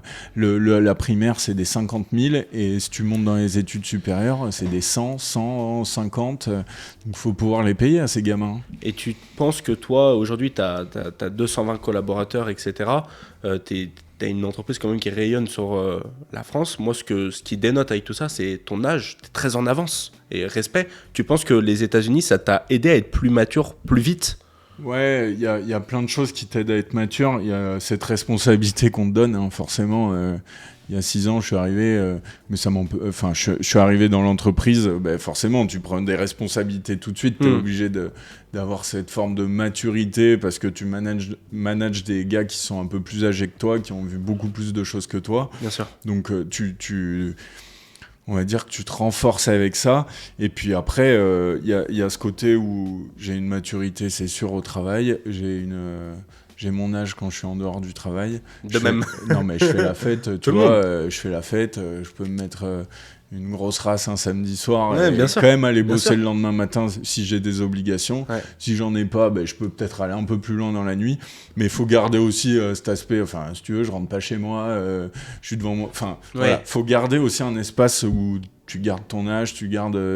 tous mes potes, ils ont à peu près mon âge. Enfin, voilà, je suis Bien quand sûr. même dans mon monde. Bien sûr, oui, évidemment. Mais ça, c'est des gens... il n'y a pas longtemps, j'ai croisé quelqu'un qui travaille pour nous à Auchan. Et en fait, je sortais de la boxe, Denis Truchet, boîte de sushi en main, tu vois. Mais moi, j'aime bien chemise et tout quand je suis là. Et là, j'étais habillé vraiment n'importe comment. Je dis, putain, je savais pas que tu t'habillais comme ça. J'ai aussi ma vie perso, sûr, quoi. Bien sûr. Et le dimanche, il y a des dimanches où je suis beaucoup plus tranquille et il y a des dimanches où je dois bosser. Et quand je suis au boulot, je suis au boulot, quoi. Bien sûr. Ok. Et ce passage aux États-Unis te forge encore plus, te tend vers le travail. Ouais, je pense que j'ai fait une bonne formation où toutes les étapes ont été très complémentaires. Ok. D'ailleurs, je suis rentré à Lyon parce que l'âge de mes parents faisait qu'il fallait que je rentre à Lyon pour apprendre d'eux avant qu'ils puissent partir tranquillement. Mais sinon, j'aurais fait 1 ou 2 expériences supplémentaires, hein, c'est sûr. Et le MOF, ton père l'a eu. Est-ce que toi, ça t'a déjà traversé l'esprit ? Ouais, bien sûr que ça traverse l'esprit, je vais pas te mentir. Évidemment que ça traverse l'esprit, c'est un concours qui est exceptionnel, c'est un concours qui est forcément dur, qui demande une préparation hors norme. Aujourd'hui, mon père l'a eu et ça a été une grande chance pour lui, une grande chance pour la famille. Il n'était pas du tout dans les mêmes conditions que moi actuellement. Il n'avait pas 220 collaborateurs, il n'avait pas 20 millions de chiffres d'affaires à faire par an. Moi, si je ne les fais pas, je suis vraiment dans la merde. Tu vois. Et aujourd'hui, évidemment que c'est un truc qui me fait rêver. Est-ce que j'en ai les capacités ? Je pense pas. Si je m'entraîne, peut-être que j'en aurai les capacités, entre grands guillemets, mais il faut s'entraîner. Mais il faut avoir le temps de s'entraîner. Ouais. Et c'est pas se dire je lance le MOF juste pour faire rigoler la galerie. Tu l'as pas si tu passes pas du temps. Complètement. Et tous ceux qui ont réussi le MOF, c'est parce qu'ils se sont investis à 100% sur le MOF ou sur un autre concours. On parle de MOF, mais t'as eu Bocuse d'Or et MOF. Enfin, mais Bocuse d'Or, c'est la même chose. 3 étoiles ou je ne sais quoi. 3 étoiles, t'es dans ton restaurant tous les jours avant d'avoir tes 3 étoiles. Tu vois. Bien sûr. Donc, je fais un autre métier aujourd'hui. Je suis chef d'entreprise. Je te dis pas non demain, mais en tout cas, c'est pas dans mes priorités actuelles. Aujourd'hui, c'est de faire vivre, rayonner mon entreprise, me créer une image aussi différemment que du MOF. Y a plein de manières. À l'époque, le MOF, c'était un vrai véhicule de communication. Plus qu'aujourd'hui, j'ai l'impression. Beaucoup plus qu'aujourd'hui, parce qu'à l'époque, il n'y avait pas de réseaux sociaux. À l'époque, il n'y avait que des guides papier. À l'époque, il n'y avait pas la télé comme il y a aujourd'hui. Aujourd'hui, tu as plein de manières de te distinguer. Tu vois, on parlait de réseaux sociaux tout à l'heure. Moi, c'est mon truc de faire un peu de réseaux sociaux, de faire Instagram, machin. Ça me prend pas du tout 100% de mon temps. Ça reste un temps qui reste raisonnable par rapport à mon travail et qui en plus paye plutôt pas mal. Donc moi, c'est ma manière de pas faire le MOF du tout, mais de faire parler de moi. Bien sûr. Ok. Avant, t'avais pas ça. Donc j'imagine que le MOF, on se dit, punaise, je suis pas mauvais, il faut que je le prouve par le MOF. Là, on se dit, je suis pas mauvais, il faut que je communique. Et puis c'est réservé quand même à une élite, le MOF. Mais encore aujourd'hui, comme ça l'était hier, déjà c'est un concours qui est... Tous les corps de métier, c'est que manuel, mais tous les corps de métier qui a lieu tous les 4 ans. Oui. Donc déjà, c'est pas tous les ans. Et tous les 4 ans, parlons cuisine... T'as peut-être 1000 inscrits. Après, sur les 1000, t'en as peut-être 150 qui vont vraiment aller au concours parce qu'ils sont sélectionnés sur dossier. Sur les 150, t'en as 20 qui arrivent en demi-finale. T'en as 10 après en finale. Et à la fin, ça dépend des notes, mais t'as entre 1 et 5 mecs qui sortent tous les 4 ans. Des fois 0. Ouais, des fois 0, mais ça arrive pas trop quand même. Tu vois. Ça arrive, mais... Oui, mais ce que tu dis, c'est super intéressant. Et t'as de tout, mais c'est vrai que ça, c'est une moyenne. Là, tu passes juste après David Tissot qui dit « Ouais, moi, en 2004, on était 24. » Oui, bon, c'était la sélection Voltaire, celle qui fait encore parler aujourd'hui. Mais c'est vrai que des fois, il y en a 0. La plupart du temps, c'est entre 1 et 3. Et puis, ça dépend beaucoup des métiers. Parce que tu as des métiers où, au final, il n'y en a que 10 qui se présentent. Mais cuisine, pâtisserie, c'est les métiers peut-être, alors je m'avance, mais sûrement les plus représentés dans le monde de cette compétition-là, quoi. Et horlogerie et chocolaterie, je crois que c'est les moins représentés. Ouais, mais t'as coiffeur, t'as plein de trucs. T'as ébéniste, t'as beaucoup de métiers manuels. Et c'est un titre qui est... T'as fromager, t'as poissonnier, t'as beaucoup de titres. T'as les mecs qui font les couteaux. Ouais, coutelier, ou coutelier, voilà. T'as boucher, t'as des meufs dans tout. Et c'est un vrai... c'est un titre prestigieux, et puis franchement, je te cache pas que d'avoir le drapeau bleu, blanc, rouge sur autour de ton cou, c'est stylé. Juste parce qu'on est français, juste pour représenter notre pays, l'image elle est quand même cool. Ouais, carrément. Donc peut-être un jour, c'est pas dans les plans. Non, honnêtement, sans prétention, je pense pas. Si un jour j'ai le temps et que je sens l'envie à lier, il faut le temps et il faut la pugnacité de le faire. Là, à l'heure actuelle, j'ai la pugnacité pour plein d'autres choses, mais le concours, c'est pas ce qui m'intéresse le plus à proprement parler, même si ça t'apprend plein de choses. Complètement. Il y a autre chose dont je voulais parler avec toi, c'était l'évolution de tous ces corps de métier là. Ce qui est bien, c'est que même si t'es pas forcément à fond dans la pâtisserie ou je ne sais quoi, ce qui est bien, c'est que tu suis. Tu es à la tête d'une entreprise qui a toutes ces branches-là, notamment au niveau de la pâtisserie, mais aussi au niveau de la restauration ou je ne sais quoi, même au niveau du traiteur. On voit que ça évolue. Pour toi, comment ils ont évolué ces métiers, si on peut donner des codes ? Moi, je dis souvent, t'as Paul Bocuse, dont on a déjà parlé plusieurs fois pendant le podcast, et j'imagine que tu vas en parler presque à tous les podcasts. Ouais. T'as Paul Bocuse, on dit souvent qu'il a fait sortir les chefs de leur cuisine. Oui. Et ce mec-là, il a réussi à faire rayonner la cuisine à travers le monde, à travers la France, et faire rayonner la France grâce à ses cuisiniers. Donc la cuisine mise en avant dans les années 90, 2000, 2010. Après, tu as la pâtisserie qui a eu une sorte d'éclosion phénoménale, notamment liée aux réseaux sociaux. Avec Cédric Grolet. C'est ce que j'allais te dire. T'as des mecs aux États-Unis, des Français qui explosent aussi. Et Cédric Grolet, je pense que c'est l'emblème de la pâtisserie. Enfin, il fait des trucs de ouf. Mais là, en 5 ans, c'est démentiel. Ouais, c'est démentiel. Et puis, c'est lié qu'aux réseaux sociaux. Alors, il est dans une maison de dingue, mais lui, il a pas passé le MOF. Mais c'est un génie dans ce qu'il fait. Complètement. Mais il n'y a pas de critique parce qu'il a explosé grâce aux réseaux sociaux. Ça reste un génie dans ce qu'il fait. Et il y a eu cet essor entre, 2010 et maintenant de la pâtisserie. Et moi, mon combat, c'est de dire que moi, je suis ni cuisinier, ni pâtissier. Je suis traiteur événementiel, traiteur restaurateur, traiteur pâtissier. Et je pense que c'est un monde qui n'est pas assez connu encore aujourd'hui. On fait plein de métiers, comme on le disait tout à l'heure, mais on fait aussi de la logistique, c'est-à-dire on porte des assiettes, on les pose, on doit organiser des événements dans des lieux souvent improbables. Alors il y a des lieux qui sont vraiment faits pour ça, mais quand tu dois faire un mariage au milieu d'un champ, bah ouais, mais t'es obligé de le sortir, le truc. Bah ouais, complètement.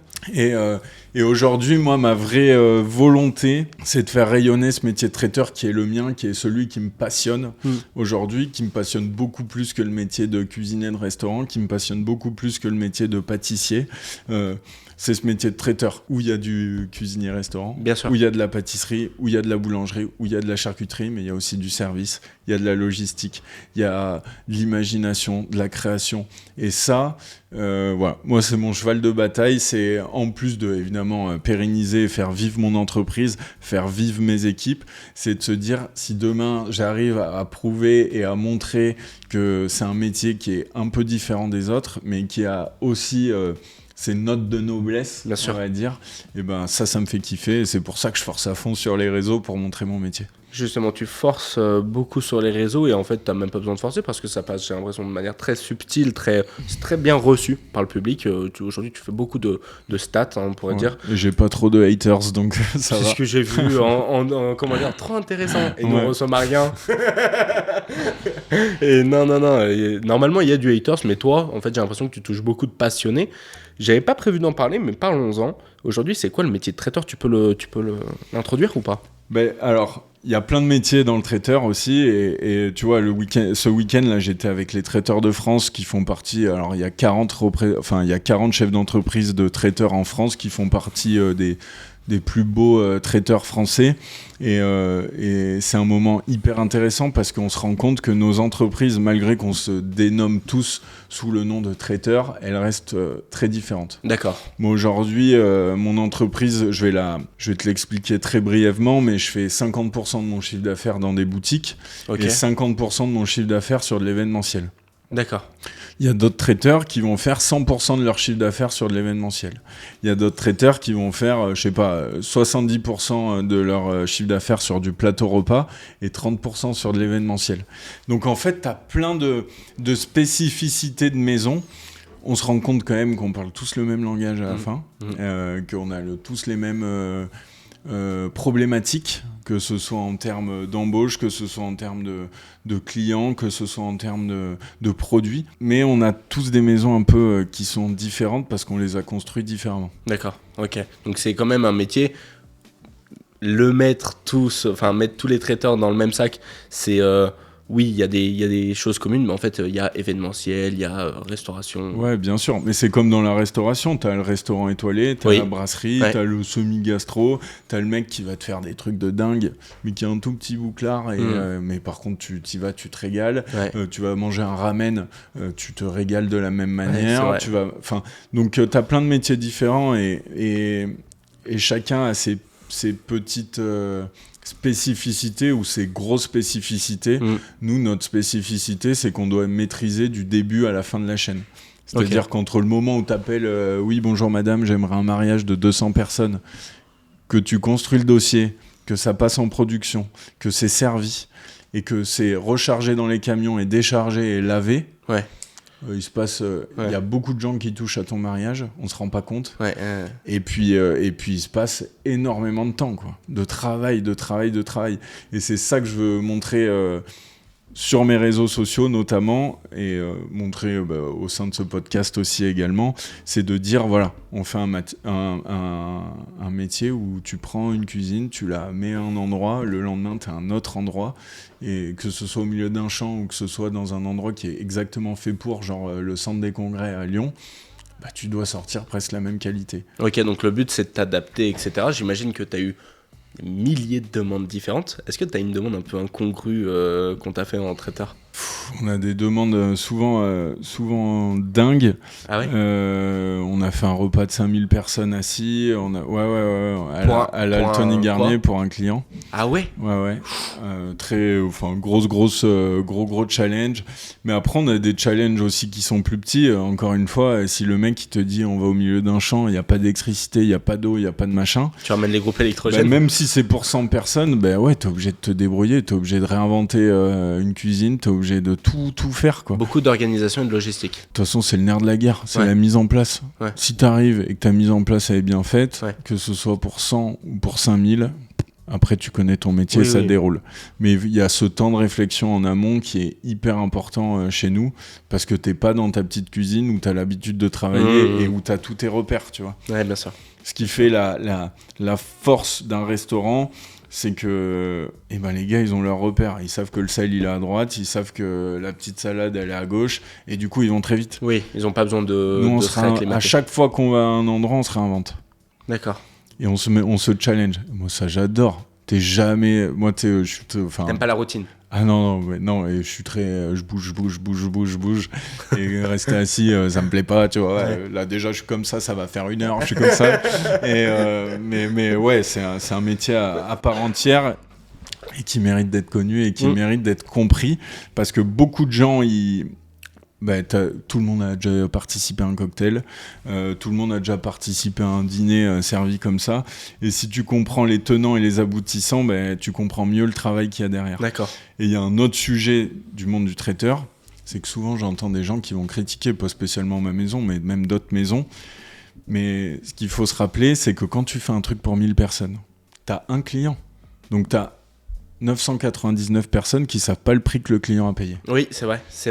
Tu vois ce que je veux dire ? C'est vrai, ça. Donc, entre un cocktail à 20 € et un cocktail à 60, forcément qu'en face, t'as pas la même prestation. Oui, forcément. Et peut-être que les gens qui participent au cocktail à 60, ils vont se dire, mais c'était merveilleux, mais la maison Pignol, c'est incroyable. Bon, voilà. Ou d'autres maisons, plein de maisons. Et après, je fais un cocktail à 20 €. Tu te doutes bien que j'en mets pour 20 €. Ouais. Et là, ils vont se dire, mais il n'y en avait pas assez.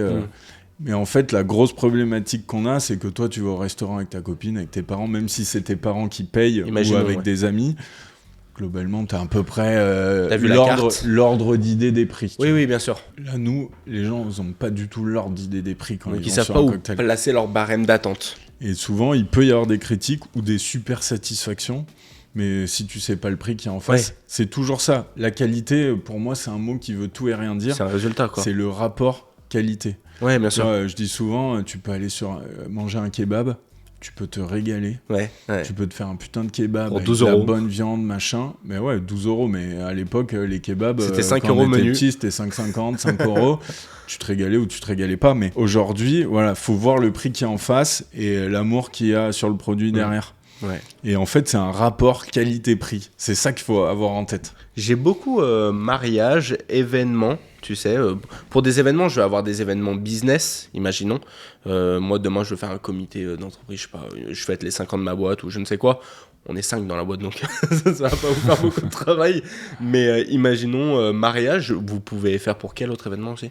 On fait tout, on fait du B2B, du B2C, on fait toutes sortes d'événements, je fais des petits baptêmes, je fais des grands baptêmes, ok. je fais des grands mariages, des petits mariages. Non, on essaye de répondre un maximum à toutes les offres. On fait des grands séminaires d'entreprise, on fait des dîners de gala, on fait des cocktails pour des défilés de mode. On peut tout faire aujourd'hui. Ok. Et on essaye de répondre à peu près à tous les budgets. Il y a des budgets des fois qui sont un peu trop bas pour moi, sur lesquels je peux pas me positionner parce que il en faut aussi pour tous les budgets. Bien sûr. Et il y a des traiteurs qui travaillent pas du tout comme moi. Il y a des traiteurs qui vont acheter, poser et vendre. Moi, je fais tout de A à Z. Hein. Je fais le fond de tarte.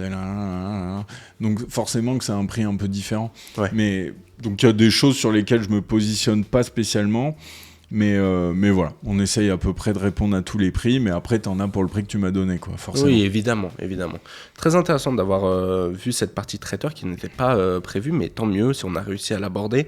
Je voulais voir une autre partie avec toi, c'est plutôt le côté affaires familiales, tu sais. Je t'en ai parlé avant. Moi, ce que je voulais voir, c'est que je travaille avec ma conjointe. À chaque fois, on me pose toujours les mêmes questions. Toi, j'imagine qu'on te pose toujours les mêmes questions pour travailler avec ton père, reprendre, etc. C'est quoi ta vision de la chose, de reprendre une entreprise familiale ? Comment ça se passe ? Je pense qu'il n'y a pas de règle, tu vois. Ah ouais. Ouais, honnêtement, je pense qu'il n'y a pas de règle, ça dépend de l'humain. Ok. Nous, ça s'est plutôt bien passé parce que mon père et ma mère savaient que je voulais reprendre. Ils ont l'âge qu'ils ont et il y a un moment, il faut aussi s'arrêter, savoir s'arrêter. Donc disons qu'après, il y a eu des hauts et des bas. Il y a eu beaucoup de différences d'opinion aussi au sein de la famille. Aujourd'hui, je m'entends très très bien avec ma mère qui travaille toujours à mes côtés et qui me file toujours des coups de main. Mais bon, il y a un jour aussi, elle va partir forcément. Mais après, t'as des familles avec qui ça va se passer encore beaucoup mieux que dans la mienne, pour plein de raisons différentes, mais qui leur appartiennent. Ouais. Et après, t'as des familles où ça va pas du tout bien se passer, et ça devient la guerre. Ça peut être entre frères et sœurs aussi, hein, parce que, bon, moi, j'ai cette chance, ou pas cette chance d'ailleurs, mais je suis tout seul. D'accord. Donc, d'un côté, c'est plus simple, mais d'un côté, c'est plus compliqué, parce que j'ai personne d'autre sur qui compter à proprement parler en termes de famille. Bien sûr. Mais voilà, c'est très compliqué de dire oui, tu Il faut bosses, faire ça. tu rentres en famille, ça va pas bien se passer ou ça va bien se passer. Le but, c'est de le faire intelligemment. Il faut que tout le monde soit d'accord et prêt. Mais c'est dur aussi pour un chef d'entreprise qui a bossé, qui a construit son entreprise pendant 40, 50 ans. Souvent, tu vois, je pense à la famille Marcon qui est en train de passer aussi le relais. Oui. Il y a plein de familles. La famille Agnolet, des grands Oui. pâtissiers sur Annecy ils sont en train de passer le relais. Voilà, c'est des moments, c'est l'humain qui prend le dessus plus que la performance. Et puis après, il faut être à la hauteur aussi de ce que tu as vraiment et réellement besoin de faire, quoi. Marcon, la famille Marcon, pour ceux qui remettraient pas, c'est une famille où le père a gagné le Bocuse d'Or et 20 ans après, je crois, ou 40 ans après, son fils le gagne aussi. 30 Paul. ans, ouais. Putain, Paul entre Marcon. les Je pense deux. que c'est 30 ans, ouais. Et il nous suit il suit et des fois je vois qu'il commente, qu'il like et tout. C'est une famille exceptionnelle, c'est des tueurs à gages. Paul. Ouais.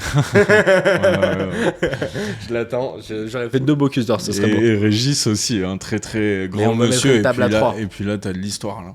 Punaise, on pourra en raconter. Là, je pense qu'ils ont des trucs à raconter. Et là, eux c'est aussi sûr. vont nous dire sûrement comment faire marcher une affaire en famille. Tu penses que toi, c'est plus simple, plus dur d'apprendre aux côtés de son père, pour toi ? Alors, moi, il y a eu peu de transmission, on va dire. Ça a été plutôt je te lâche et je me casse, tu vois. Ton père ? Ouais, entre guillemets. D'accord. Il y a eu peu de transmission à proprement parler sur des méthodes. D'accord. Après, il y a eu beaucoup de transmission sur le côté plus financier. D'accord. C'est-à-dire qu'ils ont toujours été précurseurs de ça, parce qu'aujourd'hui, tu sais que quoi que tu fasses, t'es imposé en France, mais plus t'anticipes les choses, et ça, c'est un vrai message pour ceux qui veulent faire de la transmission, et moi, j'en serai toujours reconnaissant à mes parents. Plus t'anticipes les choses, moins tu payes d'imposition sur cette transmission-là. Donc ça, c'est vraiment essentiel. Et ça, mes parents, ils ont toujours eu cette vision-là. C'est qu'ils savaient qu'un jour, ils allaient se retirer et que s'ils voulaient le passer dans les meilleures conditions, il fallait l'anticiper. Que ce soit une entreprise, que ce soit une maison, un bien. Plus tu anticipes les choses, mieux tu transmets et plus facilement tu transmets, en tout cas fiscalement parlant. Tu sais qu'il y en a même qui se font surprendre, et moi le premier, après je suis assez jeune, je l'ai appris assez jeune quand même, mais j'en ai plein des gens de mon âge qui ne savent pas que s'ils veulent léguer une entreprise, ils vont devoir payer quelque chose pour léguer l'entreprise. Bien sûr, mais tu lègues une maison, tu lègues n'importe quoi. Maintenant même les dons. Bah ouais, non, mais t'as tout coûte de l'argent, et plus tu l'anticipes, moins ça coûte quand même. D'accord, ok. Donc le but, c'est de se former et de voir comment on peut... après tu prends des spécialistes, tu prends des gars qui se connaissent le patrimoine, le machin, des avocats, Donc toi, ils t'ont plus suivi sur la gestion financière, gestion de l'entreprise, etc. Ouais, le côté...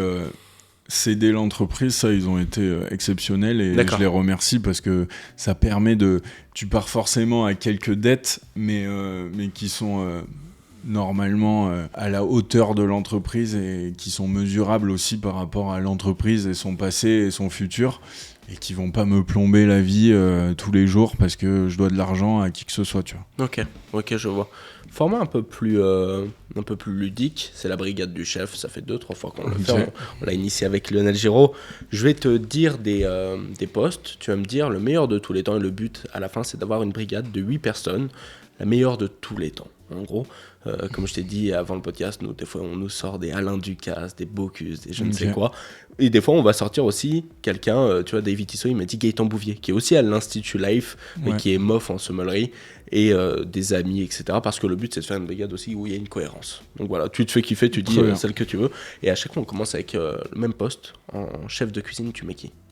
En chef de cuisine de ma brigade parfaite. Ouais. Je vais mettre un mec que j'ai rencontré, qui était le chef de cuisine de Daniel Boulu. Okay. Mais pour une fois, je vais pas mettre Daniel Boulu en avant. En fait, il y avait 2 gars et ils étaient hyper complémentaires. Je vais mettre les 2. Il y avait 2 chefs ? Ouais, il y avait 2 chefs. Il y avait Jean-François Bruel, chef exécutif du restaurant, et il y avait Eddy Leroux qui était également chef exécutif, sauf qu'on travaillait tellement sur des horaires et les 2 ensemble, machine de guerre. Franchement, trop fort. Ça doit être dur d'être chef à 2. Écoute, il y avait une super entente et ça faisait. Il y en a un qui était un peu plus créatif, il y en a un qui était plus dans la gestion, et ça roulait tout seul. Chez Bocuse, ils sont 2. Et ils sont 2 également, ouais. Le deuxième, c'est le chef de salle. Le Oula, évidemment. Chef de salle, Vincent Leroux. Chef, justement, Bocuse. Tu sais qu'on doit tourner un truc avec lui ? Vas-y, je pense que c'est un monsieur et une personne qui a eu un gros challenge, parce que lui, c'était une transmission familiale sans faire partie de la famille. Alors, époux 2, mais il fallait avoir les couilles, comme on dit, de le faire. Complètement. Et aujourd'hui, si cette maison fonctionne, c'est évidemment grâce au chef, mais encore plus grâce à lui, parce qu'il a su récupérer cette image et la faire transpirer à travers lui, à travers ses équipes, et c'est un chef d'entreprise et un chef de salle évidemment, mais chef d'entreprise en premier. Tu l'as dans ton équipe, t'es serein. Je le dis pour ceux qui ne remettraient pas, donc Vincent Leroux, c'est le DG du restaurant Paul Bocuse. Ouais, du 2 étoiles. Oui, du 2 étoiles, pardon. C'est ça. Après, on a chef pâtissier. Chef pâtissier, je choisirais mon pote Tony Fernandez. Qui était mon chef pâtissier à la Maison Pignol. C'est celui dont je t'ai parlé, que j'ai rencontré chez Claire Damon. C'est un mec qui a du talent de ouf, qui est là, est parti ouvrir sa pâtisserie à Angers, mais bon, quitte à me marrer, je préfère l'avoir avec moi. Et puis c'est un mec, je m'entends hyper bien avec lui. Moi, je veux mettre que des gens sympas. Sinon, que des gens sympas dans l'équipe. Ouais, après on s'est fixé des règles. C'est marrant, mais c'est quoi les règles ? C'est qu'en dehors du boulot, on parle pas de boulot.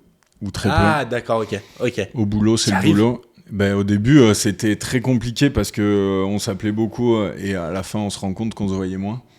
Et un jour, on s'est dit, écoute, si on veut parler boulot, on se prend des rendez-vous au travail et on parle boulot. Et si on veut kiffer, on se prend des rendez-vous en dehors du travail et on va faire la bringue à Berlin, on va faire la bringue où on veut. Et là, on parle pas boulot, quoi. Pour toi, ça, c'est primordial. Ouais, bien sûr. Si tu bosses avec ta famille ou si tu bosses avec tes potes, faut savoir sortir un peu de ton cadre de tous les jours. Tu vois. Sinon, en fait, t'en parles tous les jours, tout le temps. Ouais, et puis c'est pas ça. Il faut aussi avoir des discussions sur la météo et sur l'actualité et sur comment ça va avec ta fille et comment ça va avec ta copine et comment ça va avec... Complètement. C'est hyper important, quoi. Complètement, je suis bien d'accord. En sommelier, toi, tu aimes le vin, le rouge, ça va. Ouais, je suis pas très... T'as une appétence ? Non, pas du tout. J'y connais pas grand-chose. Alors, je peux te dire, il est bon, il est pas bon, tu vois. Mais j'ai pas une grande connaissance du vin. Si on veut, on fait un resto où il n'y a pas de vin. Ouais, non, en sommellerie, je pense qu'il y a un gars avec qui je m'entends très bien, qui est chef aujourd'hui de cuisine, mais qui a une connaissance exceptionnelle en vin, c'est Jeff Tête-Doigt. Ah oui. Donc je le prendrai en sommellerie, mais comme ça, il pourra nous filer un coup de main en cuisine. Et puis c'est un copain aussi, non ? Ouais, bien sûr, c'est un copain. Mais je t'avoue que j'ai pas une grosse connaissance, et un mec comme ça à tes côtés pour parler de vin, je pense que ça déboîte. Il faut des cuisiniers dans la brigade. Ouais, bah tu sais quoi, vas-y, mets un commis. Le commis, ça serait moi je serais le commis de tout le monde, ouais, grave. Pour Est-ce apprendre que t'as de cette modestie de repartir de commis ? Ouais, bien sûr. Moi, je fais tout tous les jours, je charge des camions, je fais tout. Non, je serais le commis de tout le monde, là, j'adorerais. Mais tu vois, en cuisine, je mettrais une Naïs Pirolet, anciennement, qui a passé le Bocuse d'Or il y a quelques années, juste après David Tissot. Machine de guerre, trop intelligente, créative. Un côté un peu féminin, je pense que c'est important. À côté, je mettrais Tom Meyer, tu vois. Ah, incroyable. Ouais, Tom Meyer. Là, t'es un tueur aussi en cuisine. Ouais, il te faut un peu de monde quand même pour faire une brigade. Faut pas que des chefs. Il faut un DG aussi. Un DG ? Ouais. Ma mère, direct. Ah ouais, direct. Ah ouais ? Ouais, c'est la meilleure. Tu penses que c'est bien d'avoir une... Moi, souvent, les gens qui ont connu une femme en DG me disent non, c'est trop bien. Parce que les messages passent mieux. Ouais, alors ma mère, elle a cette intelligence d'être hyper humaine, d'être hyper abordable et d'être très mère. Par contre, quand elle te dit les choses, elle a un punchline facile, ah ouais, ça j'adore. Ouais. Tu peux te marrer avec ma mère comme tu peux pleurer. Ouais. Elle te fait plus marrer que pleurer quand J'espère. même. Mais ouais, c'est une femme qui compte beaucoup pour moi aujourd'hui et qui a compté pour moi évidemment en termes de ma mère, mais aujourd'hui qui compte pour moi dans mon développement personnel, et je pense qu'il a énormément compté pour le développement de l'entreprise. D'accord. Depuis qu'elle est rentrée en 96, tu vois, elle est rentrée juste après ma naissance. Et c'est elle qui a fait exploser, alors aussi aux côtés de mon père, mais c'est elle qui a fait exploser l'entreprise. Ok. En DG, je mets ma mère direct. C'est magnifique.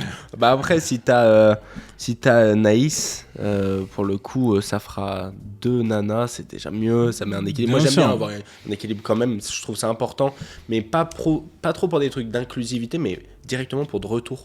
Si tu mets que des femmes ensemble, je trouve que ça marche moins bien quand il y a hommes et femmes, et que des hommes, c'est encore pire. Bien sûr, parce que c'est une société, la société, elle est faite, il faut tout dans une société pour qu'elle fonctionne, et on le voit bien. Et aujourd'hui, il y a des femmes qui sont exceptionnelles sur tous les métiers de la restauration, ouais, et qui se donnent à fond, ouais, qui ont des perceptions de la cuisine qui sont différentes de celles des mecs, et il en faut à fond, et moi je suis à fond derrière toutes ces... Parce que c'est un métier qui est physique, mine de rien, où il faut que tu portes, machin. On sait tous qu'on n'a pas tous les mêmes capacités à porter des caisses, et puis un mec a peut-être plus de facilité de ce côté-là. Bien sûr. Mais... tu vois, Naïs, elle fait partie des exemples dans ma vie, et il y en a plein d'autres. Je pense à Carla Kirsch qui est à la Croix-Rousse, avec qui je m'entends très bien. Mais dans mes équipes, j'en ai plein de femmes aussi qui sont hyper performantes, des pâtissières, des cuisinières. Et on a besoin de ces personnes-là, parce que... Et comme on a besoin des mecs aussi, mais ça fait un complément, c'est une complémentarité... Et c'est indispensable, et encore une fois, Sarah Hamza dans le Vieux-Lyon, trop forte, donc non, il y en a pour tout le monde. Ça émerge, hein. Il y en a de plus en plus. Ouais, et puis il faut qu'il y en ait de plus en plus, c'est hyper important, et il faut qu'elles se battent pour rayonner encore plus, et moi je suis à fond derrière elles. Et on reviendra sur ce point, tu le sais, j'aimerais bien l'aborder tout à l'heure. Il y a encore 2 postes. Qui est-ce que tu mettrais en jeune talent ? Quelqu'un sur qui tu mettrais une pièce pour le futur ? Jeune talent. C'est pas non, mais il y en a plein, mais. En fait, on a tous le même âge. Là.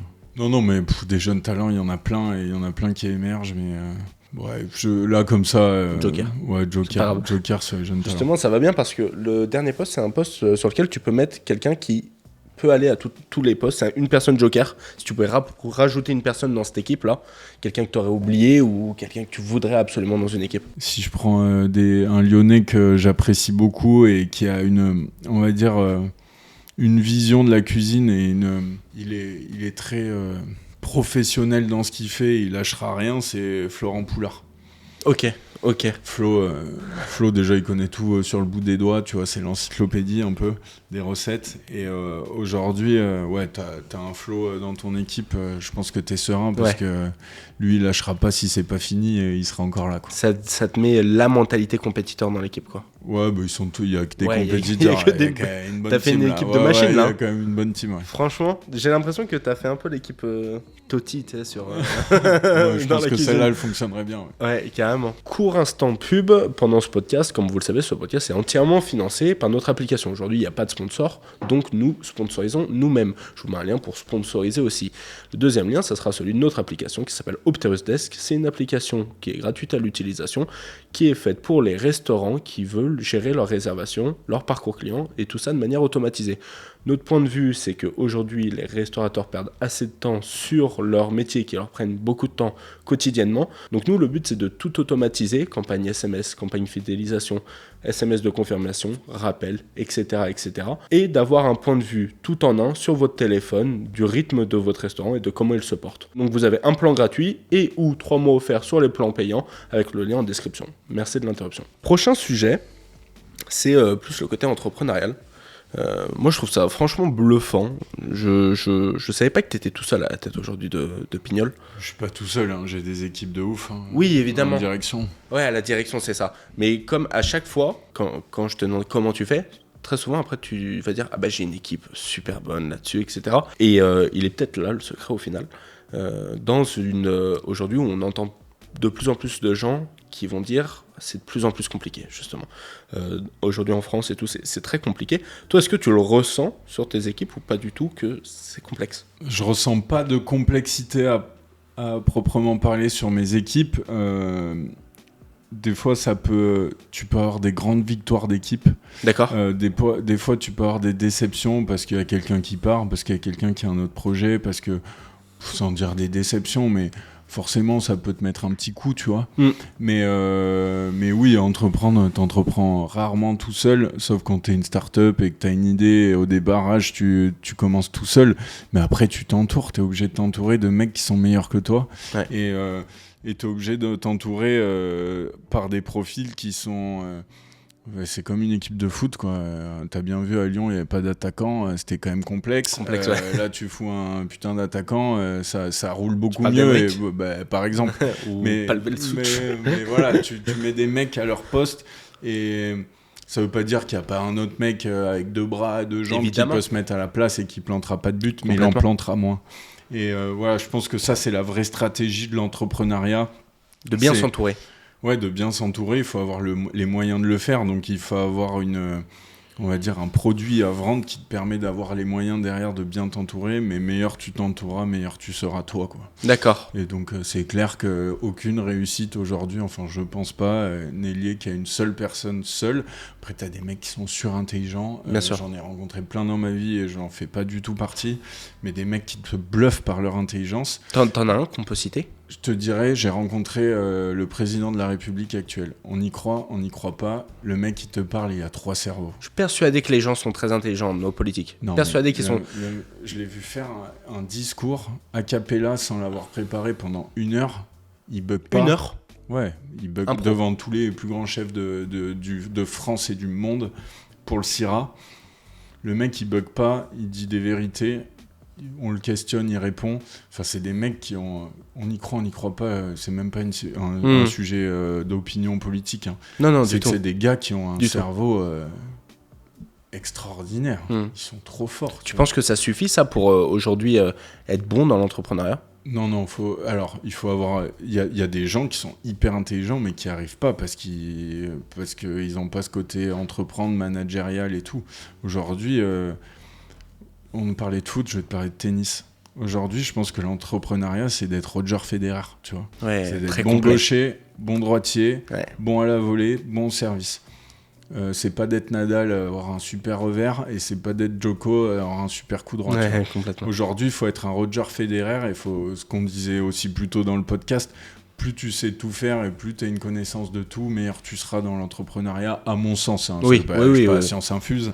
Et plus tu t'entoures bien autour de toi avec des gens qui vont être très complémentaires, qui vont apprendre à l'autre leur métier, et voilà, créer des synergies, de la discussion, ça c'est essentiel. Oui, complètement. En plus, maintenant, déjà qu'il y en avait beaucoup à faire dans l'entrepreneuriat, là on vient rajouter la pièce, l'extension un peu communication.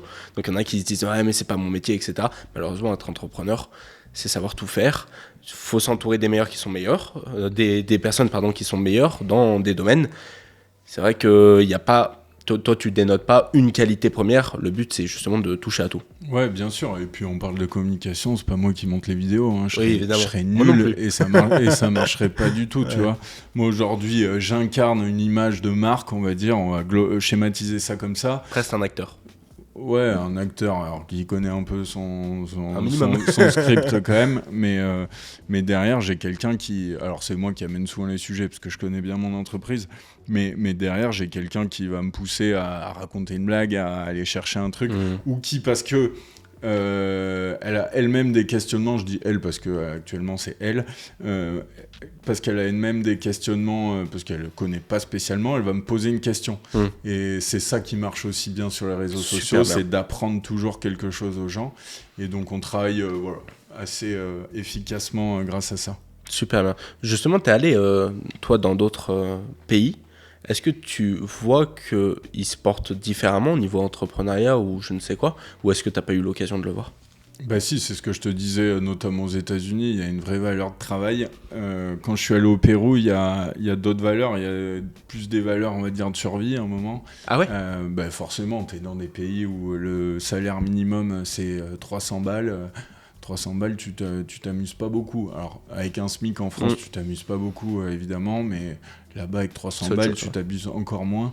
Donc, je pense qu'aujourd'hui, le voyage est essentiel pour le mûrissement d'une personne, parce que tu vois des choses et tu te remets en question par rapport à ça, mais tu peux aller dans plein de pays différents. Moi, j'ai beaucoup voyagé en République tchèque, parce que j'ai un de mes meilleurs amis qui est là-bas, où ils ont une restauration qui est complètement différente de la nôtre, qui est, à mon sens, plus classique et facile à faire. Mais voilà, c'est d'autres perceptions, c'est des pays différents où ils n'ont pas la même perception gustative peut-être que nous. Mais voilà, il faut s'ouvrir l'esprit de toute façon. T'es bon dans n'importe quoi que tu fasses, même dans ta vie de tous les jours. Plus tu as l'esprit ouvert, plus ta vie elle est intéressante à mon sens. Et j'ai appris à parler anglais. Là-bas ? Je parlais déjà un petit peu, et c'est sûr que de partir dans un pays anglo-saxon, ça t'aide. Et à partir du jour où tu parles espagnol, tu parles anglais ou plein d'autres langues, tu t'ouvres à d'autres personnes qui vont t'apprendre des choses. Et les rencontres, pour moi, c'est essentiel. Et il y a des rencontres qui te marquent pas, il y a des rencontres qui te marquent beaucoup plus. Et toi, des fois, tu marques des gens, t'en marques moins. Et puis c'est la vie, mais il faut chercher ces rencontres. Ouais, je suis bien d'accord. Bien d'accord, je voulais plus développer, mais t'as tout dit. je peux plus rien dire. Un autre point que je voulais voir avec toi, c'est la jeunesse. Parce que la jeunesse, tu le veuilles ou non, t'en fais partie encore. Ouais. Même si t'as ce poste de dirigeant. Je voulais voir tout ce qu'on dit de la jeunesse, tu sais. Et on en dit plein de choses aujourd'hui. Ça a été le cycle éternel. La génération du dessus va critiquer en bien et en mal la prochaine. Mais avant ça, j'aurais bien aimé que toi, tu me dises déjà ton ressenti, pas que je le biaise. Écoute, je vais rebondir sur ce que tu viens de dire. C'est la génération du dessus qui a éduqué la génération du dessous. Pas l'oublier quand même. Ouais, complètement. Donc, je pense que dans toutes les générations, aujourd'hui, on a une génération qui est forcément différente des autres parce qu'elle évolue avec son temps, parce que nous, on a eu l'essor d'Internet, l'essor des réseaux sociaux, les portables qu'ont pas eu nos parents. Ouais. Et aujourd'hui, nos enfants, alors j'en ai pas, mais ils vont avoir ChatGPT, tout, voilà. Donc ça peut va être un bouleversement. Ouais, c'est un bouleversement, ça peut faire flipper ou pas, ou il faut s'en servir intelligemment. Moi je pense qu'aujourd'hui il n'y a pas une question d'âge à la performance, il y a une question d'envie. Il y a forcément une question de maturité, d'expérience, ça c'est clair. Il y a un âge d'or, à mon avis, mais qui appartient à chacun. Ouais. Il y en a, ils sont très performants à 40 ans, il y en a, ils sont à 50, il y en a, ils le sont à 60. Puis après, il y a un moment, ça redescend un peu pour une question de motivation, pour une question de plein de choses. Bien sûr. Moi, mon message, si je dois passer un message à la jeunesse, comme tu dis, c'est travail, réfléchis, et performe. Et trompe-toi. Ouais. D'accord ? Mais si tu restes dans ton lit ou parce que t'as mal au dos ou parce que t'as un rhume, ça marchera jamais, tu Je vois. suis complètement d'accord. Et il y a de la répétition en plus dans ce que tu dis. C'est fais-le en boucle. Ouais, bah bien sûr, c'est un entraînement de sportif qu'on fait, tu vois. Nous, on fait chef d'entreprise, c'est être marathonien. C'est-à-dire que tu cours pendant très longtemps, mais tu dois garder le même rythme. Donc tu tapes pas des sprints parce qu'il ne faut pas taper trop de sprints. Alors s'il y a un moment, il faut accélérer parce que tu as un virage, il faut le faire. Mais bon, il faut avoir cette bonne intelligence de courir à son rythme, de le faire à son rythme, chacun a un rythme différent, mais par contre de ne pas lâcher. Ok. Et aujourd'hui, on se rend compte que... Enfin, moi, je me rends compte, en tout cas, c'est une opinion très personnelle, mais que les gens ont cette facilité à lâcher beaucoup plus rapidement face à la difficulté. Complètement. Et ça, c'est très mauvais parce que ça crée pas des personnes derrière sur qui tu peux vraiment compter. On dit souvent, j'irai à la guerre avec lui ou j'irai pas, tu vois. Ouais. Et ben moi, dans les jeunes avec qui je travaille, il y en a avec qui j'irai pas à la guerre et je te garantis qu'il y en a avec qui j'irai. Ouais, et je te parle d'apprenti, je te parle de commis, je te parle de responsable. Tu vois, moi, j'ai pas de question d'âge. Si t'es bon, tu deviendras responsable ou tu deviens responsable ou on te fait une formation pour que tu le deviennes. Mais il faut que tu me fasses confiance et il faut que tu bosses aussi. Complètement. Et tu vois, je pense qu'en France, je parle de la France que j'aime plus que tout, mais on est très cajolé sur plein de sujets différents, notamment sur le sujet du travail. Où aujourd'hui, je trouve que c'est exceptionnel pour un mec qui veut créer son entreprise, qui touche de l'argent pour l'aider. On parlera du chômage, mais sans mettre de mots dessus, que ce mec-là ait de l'argent pour pouvoir créer son entreprise, pour pouvoir créer de l'emploi derrière, et puis qu'à un moment, ça s'arrête. Hein. C'est le but d'une entreprise, c'est de pouvoir se payer soi-même. Mais j'ai du mal à comprendre qu'on donne de l'argent à des gens qui restent bien chez eux et qui savent très bien ce qu'ils font, tu vois. Je suis d'accord. Moi, je suis encore plus extrême que toi sous certains trucs. Je veux dire des choses où pour moi, même les aides, je ne vais pas dire que c'est pas bien qu'il y en ait. Évidemment, il y a toujours des cas où c'est bien qu'il y en ait. Mais nous, on est aidés à, on va dire, à hauteur de 10. Et on est pénalisé par plein d'autres choses à hauteur de 150. Et on va dire, ah, c'est bien, on a eu 10. Et du coup, des fois, moi, des gens qui entreprennent pas me disent, ah putain, t'as vu, t'as cette aide pour un alternant. Et les gars, je veux pas être méchant, sûr. Mais les 400 € par mois, je les déverse fois 10 peut-être. Donc, ouais, encore heureux que j'ai 400 € par mois, quoi. Et c'est rien, faut pas se réjouir de ça, quoi. Ouais, et puis c'est fini ça en plus. Hein. Je sais pas si oui, t'as suivi, mais j'ai vu. Et maintenant, même, t'es imposé de 700.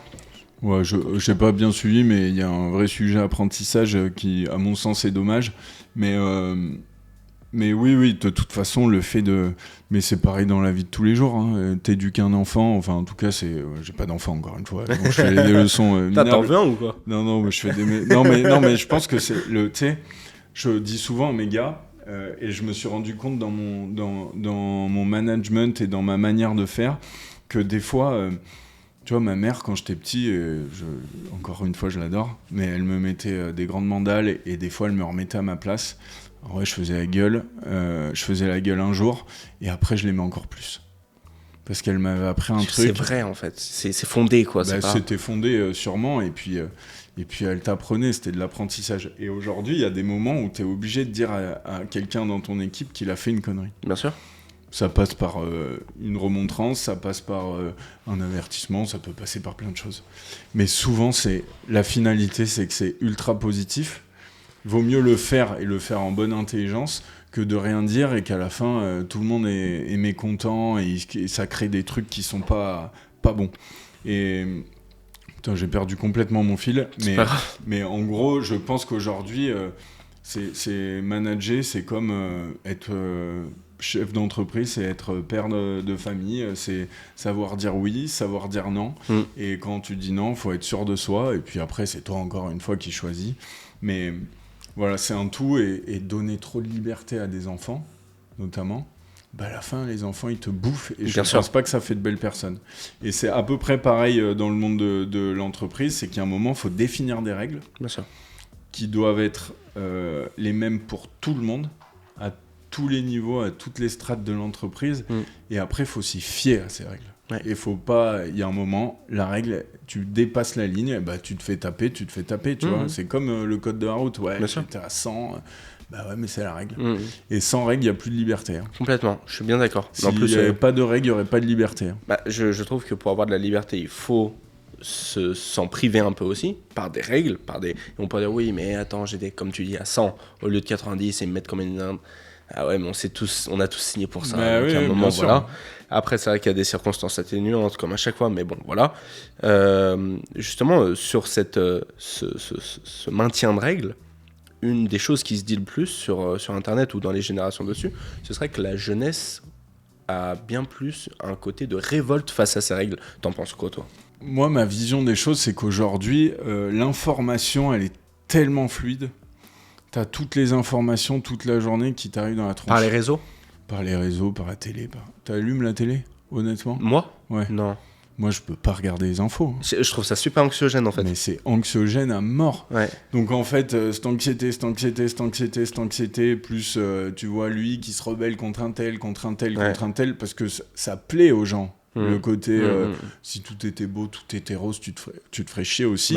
Et les gens, ils aiment voir le mec tomber dans la rue plutôt que le mec marcher et courir, tu vois. Ça fait beaucoup plus rire d'en voir un tomber que d'en voir un courir, tu vois. Dans le coin, à un moment, il y avait un mec qui avait sauvé 3 personnes vers Saint-Genis-Laval d'un accident de voiture. En gros, il les avait enlevés de la voiture. Ils étaient inconscients avant qu'elle s'enflamme. Donc, il sauve 3 vies. Aucune actu. Quelqu'un qui tue 3 personnes, mais là, ça a fait le tour des journaux. Alors, c'était pas Saint-Genis-Laval. Parce que ça marche mieux, c'est pas les médias. Ils font... Bien sûr, c'est qu'il y a une réponse, c'est qu'il y a un marché. Tu fais les réseaux sociaux, ton but, c'est de faire des vues. Bien sûr. Je fais des réseaux sociaux, mon but, c'est de faire des vues. Et je vais aller là où ça fait des vues. Et des fois, je fais pas des trucs que j'ai envie peut-être de faire, parce que je sais que ça va pas marcher, tu vois. Et souvent, d'ailleurs, les réseaux sociaux, c'est un bon exemple. Des fois, il y a des vidéos que j'aime pas. Et qui explose. Ouais, carrément, pareil. Et il y a des fois des vidéos où je me dis putain, ça a du sens et ça marche pas du tout. Donc il n'y a pas de logique à ça, mais je pense qu'aujourd'hui c'est pas une question de jeunesse, c'est une question de manière de vivre, et c'est une question aussi de toutes ces informations qui t'arrivent dans la tronche toute la journée, et après chacun se met dans la case qu'il a envie d'être, et il y a des moments où t'es plus gentil, il y a des moments où t'es plus méchant, il y a des moments où tu dépasses la règle, tout le monde dépasse des règles. Bien sûr. Mais chacun se met son curseur à lui. Après moi je pense qu'il faut rester, tu dépasses les règles, je m'en fous, mais il faut rester dans le respect des personnes qui t'entourent. Toi t'as rien remarqué d'exceptionnel au niveau du cadrage des jeunes, ils régissent comme les autres? Je peux pas te dire ils réagissent comme... En tout cas, nous, on essaye de les cadrer au mieux, de leur faire comprendre. Je suis pas là pour faire la police avec les jeunes, évidemment, ni avec les vieux. Je suis pas là pour les éduquer. Un moment, c'est leur problème. Évidemment. On dit une fois, on dit 2 fois, la 3e fois... Je donne plus l'heure, tu vois, je m'y intéresse plus. Par contre, le gars, le jeune, ou pas le jeune d'ailleurs, qui donne de sa personne, qui essaye, tu sens qu'il a envie d'apprendre, tu sens qu'il a envie d'évoluer, tu sens qu'il a envie de te porter, parce que c'est eux qui te portent. Là, tu fais en sorte de lui rendre l'appareil, quoi. Ouais, je suis complètement d'accord. Moi, ça me touche toujours, en plus, quand je vois des jeunes qui ont envie et qui sont passés par des étapes par lesquelles moi j'ai pu passer, même si j'ai vraiment pas un gros parcours pour l'instant. En fait, on a d'autant plus envie de les aider. Bien sûr. Et des fois, je vois des super exemples, surtout sur les réseaux sociaux, comme tu as dit, la communication est super fluide. Des gens qui se donnent, et en commentaire, des gens qui les bâchent, mais c'est mon tellement Dieu, facile. aidons-les, quoi. C'est tellement facile. Et tu vois, on va parler de... Alors moi, je suis pas du tout ça, mais d'un anime, tu vois, ou des mecs un peu qui ont performé sur les réseaux sociaux, qui sont devenus des stars des réseaux sociaux. Il se fait bâcher tout ce qu'il fait. Il se fait bâcher parce qu'il fait des conneries et tout, mais enfin, en attendant, il fait des vues, et il gagne sûrement très bien sa vie grâce à ça. Complètement. Mais qui peut critiquer le mec qui bosse sûrement comme un acharné? Je pense que c'est pas facile. Oui. Mais tout le monde pense que tout est facile aujourd'hui.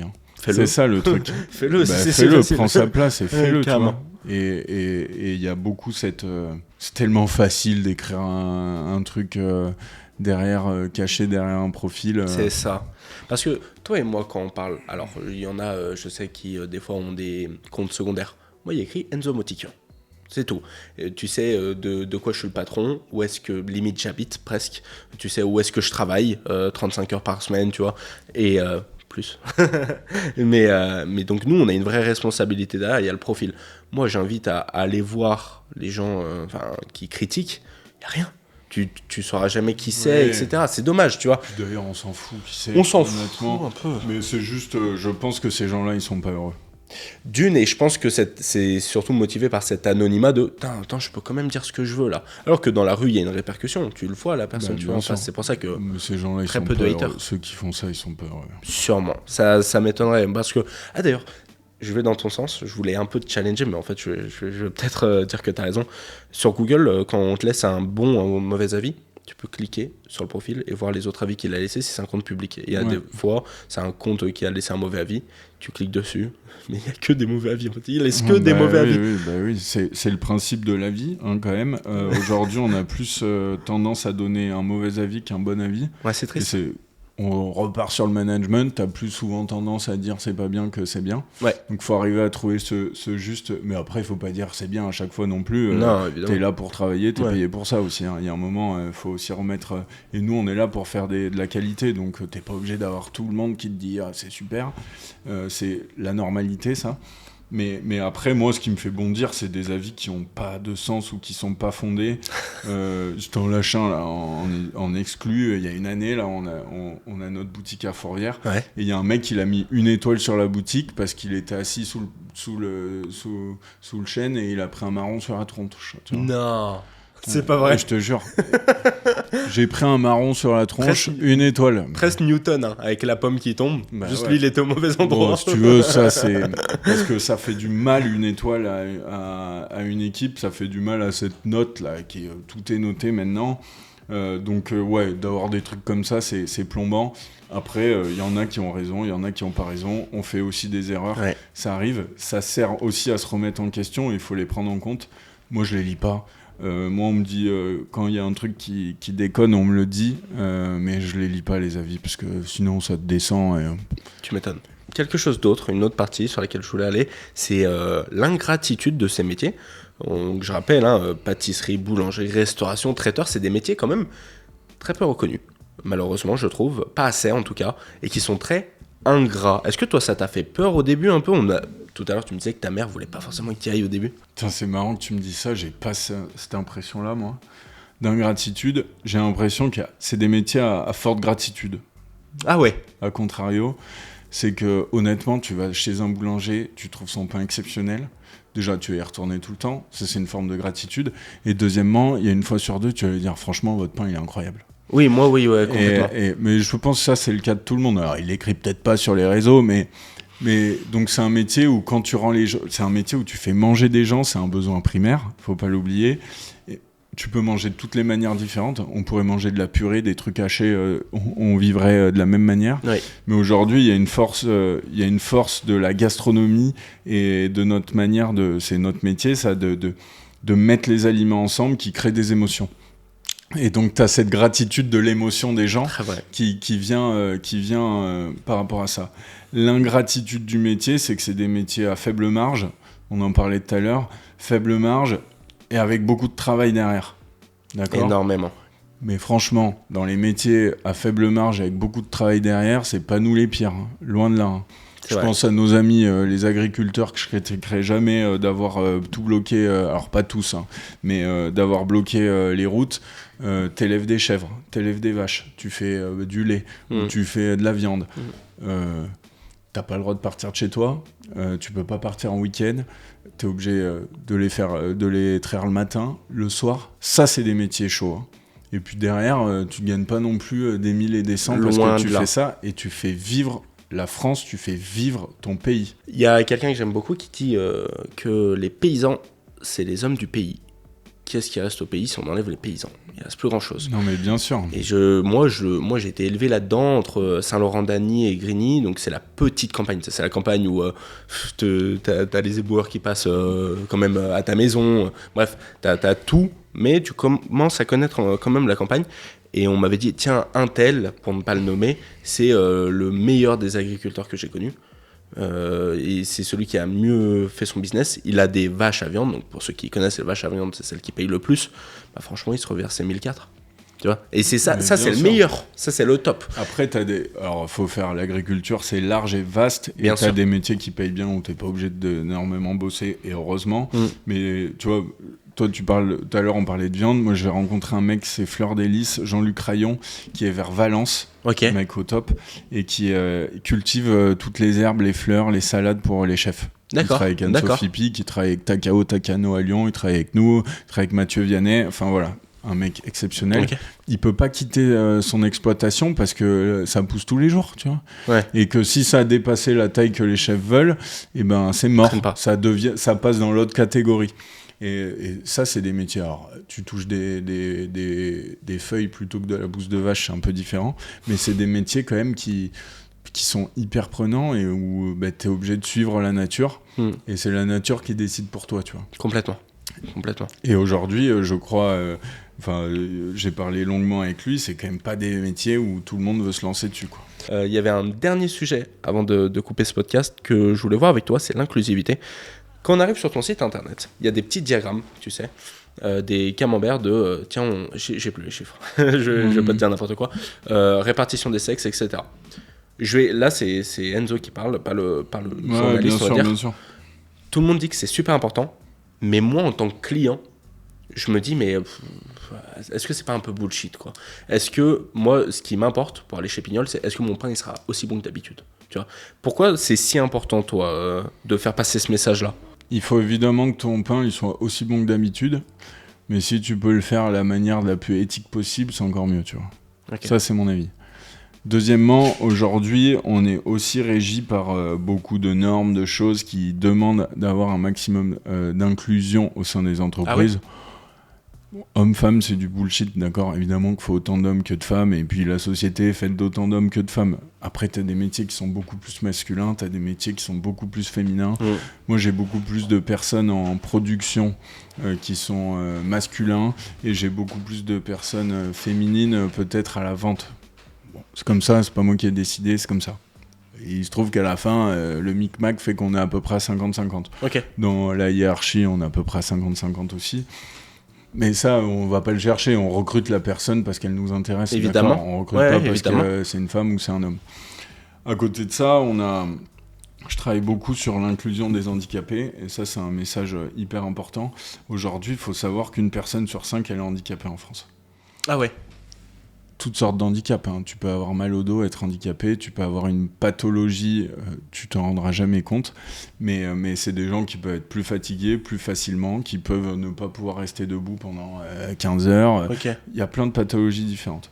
Et moi, je travaille beaucoup sur le handicap neurologique, pas parce que j'avais une implication particulière dessus liée à un événement perso, mais parce que j'ai eu des rencontres ces dernières années où j'ai rencontré des jeunes qui, je pense, ont un potentiel et qui demain méritent de travailler au même niveau que les autres, à salaire équivalent à leur travail évidemment, mais qu'on peut insérer dans notre société, tu vois. Bien sûr. Il y en a qu'on peut. Et qui était en situation de handicap. Ouais, j'ai monté un traiteur inclusif, donc qui n'est pas dépendant de Pignol, mais qui s'appelle Talent Pluriel. Et aujourd'hui, on travaille principalement avec des personnes en handicap neurologique. On a beaucoup de personnes qui ont des formes d'autisme, qui sont toutes très différentes, et ils ont tous des qualités très différentes. Il y en a un qui va être très rapide, très efficace, mais un peu brouillon, et tu vois, qui fait des dressages pas très beaux. Et puis t'as Perrine, je donne son prénom, qui, elle, tu la mets à dresser des plateaux de pièces cocktail, tu lui montres une fois, elle refait tout pareil. Elle prend son temps, mais par contre, c'est laser, quoi, tu vois. Et donc on arrive à tirer de ces personnes-là des choses exceptionnelles, et c'est souvent des choses aussi que nous, personnes sans handicap, on n'a pas spécialement envie de faire, tu vois. Donc, c'est nos différences qui font un peu nos forces, tu penses ? Ouais, et puis eux, ils se complaisent aussi dans la régularité, dans la répétition, alors que nous, la répétition, pour beaucoup, en tout cas, c'est quelque chose qui nous saoule, qui nous effraie, qui est pas très valorisant. Et pour eux, c'est hyper valorisant. Et ils savent, si tu leur dis Perrine, dresse-moi les plateaux, elle est trop contente parce qu'elle sait qu'elle le fait bien. Et elle sait qu'on sera contente d'elle à la fin. Et ce qu'on lui a toujours rabâché, entre guillemets, t'es handicapé, t'es handicapé, t'es handicapé. Et aujourd'hui, on essaye de leur sortir ça de la tête. Alors, ils le sont, c'est clair et net. Mais on essaye de trouver l'endroit où ils sont le meilleur. D'accord. Le côté plus dur, c'est qu'on recrute des gens aussi qui n'y arriveront pas chez nous parce qu'ils sont faits pour autre chose. Okay. Et on est obligé de leur dire, écoutez, avec vous, on continuera pas l'aventure parce qu'on nous, les gens qu'on prend dans ce traiteur-là, c'est parce qu'on pense vraiment qu'ils peuvent se réinsérer dans le monde normal. C'est pas pour prendre un handicapé, c'est juste que le poste lui est super pertinent pour son profil, etc. Et puis après, bon, il y a quand même le côté... là, on sélectionne quand même des personnes handicapées parce qu'ils sont handicapés. Mais l'objectif derrière, c'est de faire un peu centre de formation pour les envoyer dans le monde normal et notamment en direct chez Pignol, quoi. C'est excellent. Franchement, tu sais que tu as réussi à me convaincre. Tu es très bon orateur, je pense. Parce que là, tu as réussi pragmatiquement à me dire, en gros, moi, le message qui est passé, c'est on fait pas ça. Oui, on fait ça pour les inclure et ça nous satisfait mentalement parce qu'on est humain et qu'on aime faire plaisir. Mais on a aussi beaucoup à y gagner parce que elle s'éclate là où toi tu t'éclates pas et toi tu t'éclates là où elle s'éclate pas. Mais bien sûr. Et ok, d'accord. Et aujourd'hui, j'ai un petit trisomique là qui s'appelle... Alors, au Talent Pluriel, ils ont principalement des formes d'autisme, plus ou moins fortes d'ailleurs. Et j'ai un petit trisomique, alors là c'est encore un autre sujet, mais qui travaille avec nous au restaurant et qui aujourd'hui fait le pass et tout. Je te jure, ça fait 1 an qu'il est chez nous. Il est arrivé, il portait une assiette par une assiette. Là, on lui fait des parcours du combattant le matin. On couche les porte-manteaux et tout par terre. On lui met 3 assiettes dans les mains, on lui met des plateaux avec des cafés dessus, alors vides pour le moment. Oui, évidemment. Et il saute par-dessus les trucs et tout. Et je te jure qu'il va y arriver. Il va y arriver. Et c'est des personnes qui sont exceptionnelles parce qu'elles sont là à l'heure, tous les jours. Elles sont contentes de travailler. Elles sont valorisées à ce moment-là. Ils sont jamais absents. Ils sont jamais absents. Et ils travaillent toujours à fond. Alors lui, il a besoin de dormir le soir, tu vois. Sa problématique, c'est que s'il est sur TikTok toute la nuit, il sait pas s'arrêter, tu vois. Si on lui enlève pas le téléphone, et il a 24 ans, hein, mais si on lui enlève pas le téléphone, il arrive le matin, il est cramé parce qu'il a pas dormi, tu vois. Parce qu'il était sur TikTok, il s'est fait envoûter par TikTok. Parce que nous, on arrive encore à mettre de côté un moment, même si on se fait envoûter aussi, je pense. Mais lui, il arrive pas à faire ces choses-là, et puis il a besoin de beaucoup dormir. Par contre, quand il est en forme, prend peut-être pas la place d'un serveur à proprement parler, mais il va remplacer quelqu'un à hauteur de 75%. Et c'est génial, c'est génial. Énorme. C'est génial. Ok, non, j'avais vu aux États-Unis qu'il y avait un mythe que c'était pas possible dans certains États comme le Texas, qui est un État très libertaire, d'avoir un business de car wash. Pourquoi ? Parce que les gens, comme c'est redondant, ils partent. Et donc il y a un mec qui a créé une entreprise où c'est que des handicapés, ça peut être des sortes d'autisme, des trisomiques, etc. C'est souvent un handicap mental, je pense que ça se dit comme ça. Et en fait, ça défonce toute concurrence parce que les mecs ils sont là depuis 10 ans dans la boîte et chaque journée est meilleure que la veille. Ils sont super minutieux, il y en a qui veulent faire des tâches très très vite et faire 8000 tâches en même temps, il y en a d'autres qui vont faire les tapis au grain près. Et en fait, tu vois, moi c'est ce pourquoi je te remercie, parce que quand on parle des sujets, il n'y a pas eu de tabou où tu m'as pas dit attends, mais ça Enzo, tu peux pas dire ça humainement, ça se fait pas. Moi je viens avec mon franc-parler, je dis écoute, est-ce que l'inclusivité ce serait pas du bullshit ? Et tu m'as pas dit non, parce que non. Tu vois, et humainement t'as pas le droit de dire ça, tu m'as dit non parce que, et tu m'as dit ton raisonnement. C'est mon raisonnement à moi, mais je pense que, et comme je te disais, il y a une personne sur 5 qui est atteinte d'un handicap, tu vois. Mais ça me semble énorme, on les voit pas en fait. Bah bien sûr, et si on t'a coupé le doigt de pied et que t'as des problèmes à marcher, il y a plein de sujets, tu vois. Alors là, nous on parle de handicap neurologique, mais il faut parler du handicap, c'est hyper important. Parce que ça concerne tout le monde. Il ne faut pas se cacher. C'est sûr que c'est dur de dire il est trisomique, mais aujourd'hui, nous, on comprend parce qu'on travaille tous les jours avec eux. Ils le savent très bien. Ouais. Ils savent très bien en jouer aussi. Hein. Ils sont malins, les filous. Ils comprennent tout très bien. Et des fois, ils savent très bien jouer aussi. Ouais. Bah oui, ils sont malins, évidemment. Donc, il faut en parler et il faut pas le démocratiser, évidemment. Et on le souhaite à évidemment personne. Mais il faut aider ces gens-là parce que ceux qui en souffrent le plus, c'est pas eux, c'est leur famille.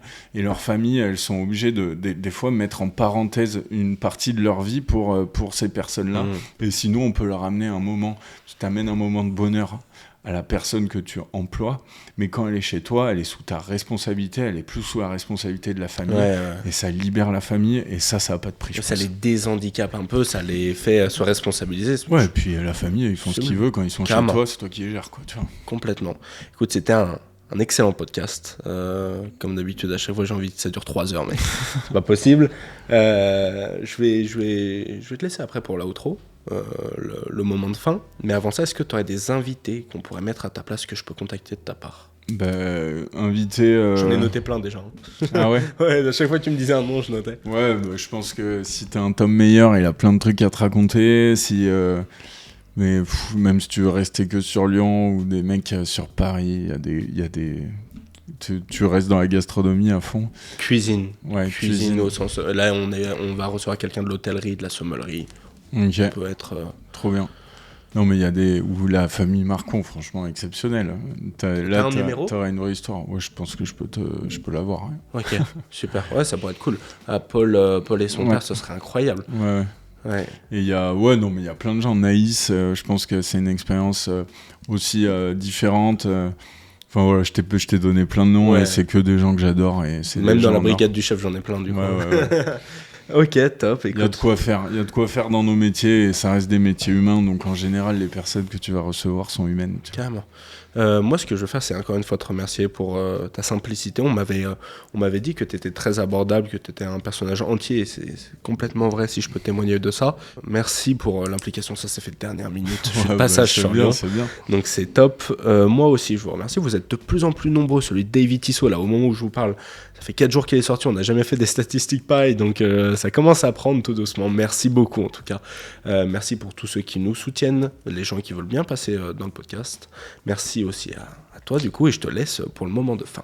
Merci Enzo, c'était très cool et je sais pas, moment de fin, écoute, travail hein. À la fin c'est ça qui paye et ça payera toujours plus que le reste et voilà, toujours en bonne intelligence, bon état d'esprit et puis on verra la suite, mais je te souhaite une très bonne continuation et je me souhaite une bonne continuation aussi et puis voilà, maintenant il faut performer dans nos métiers et se donner à fond et ça c'est primordial. Je te la souhaite aussi. Merci bien.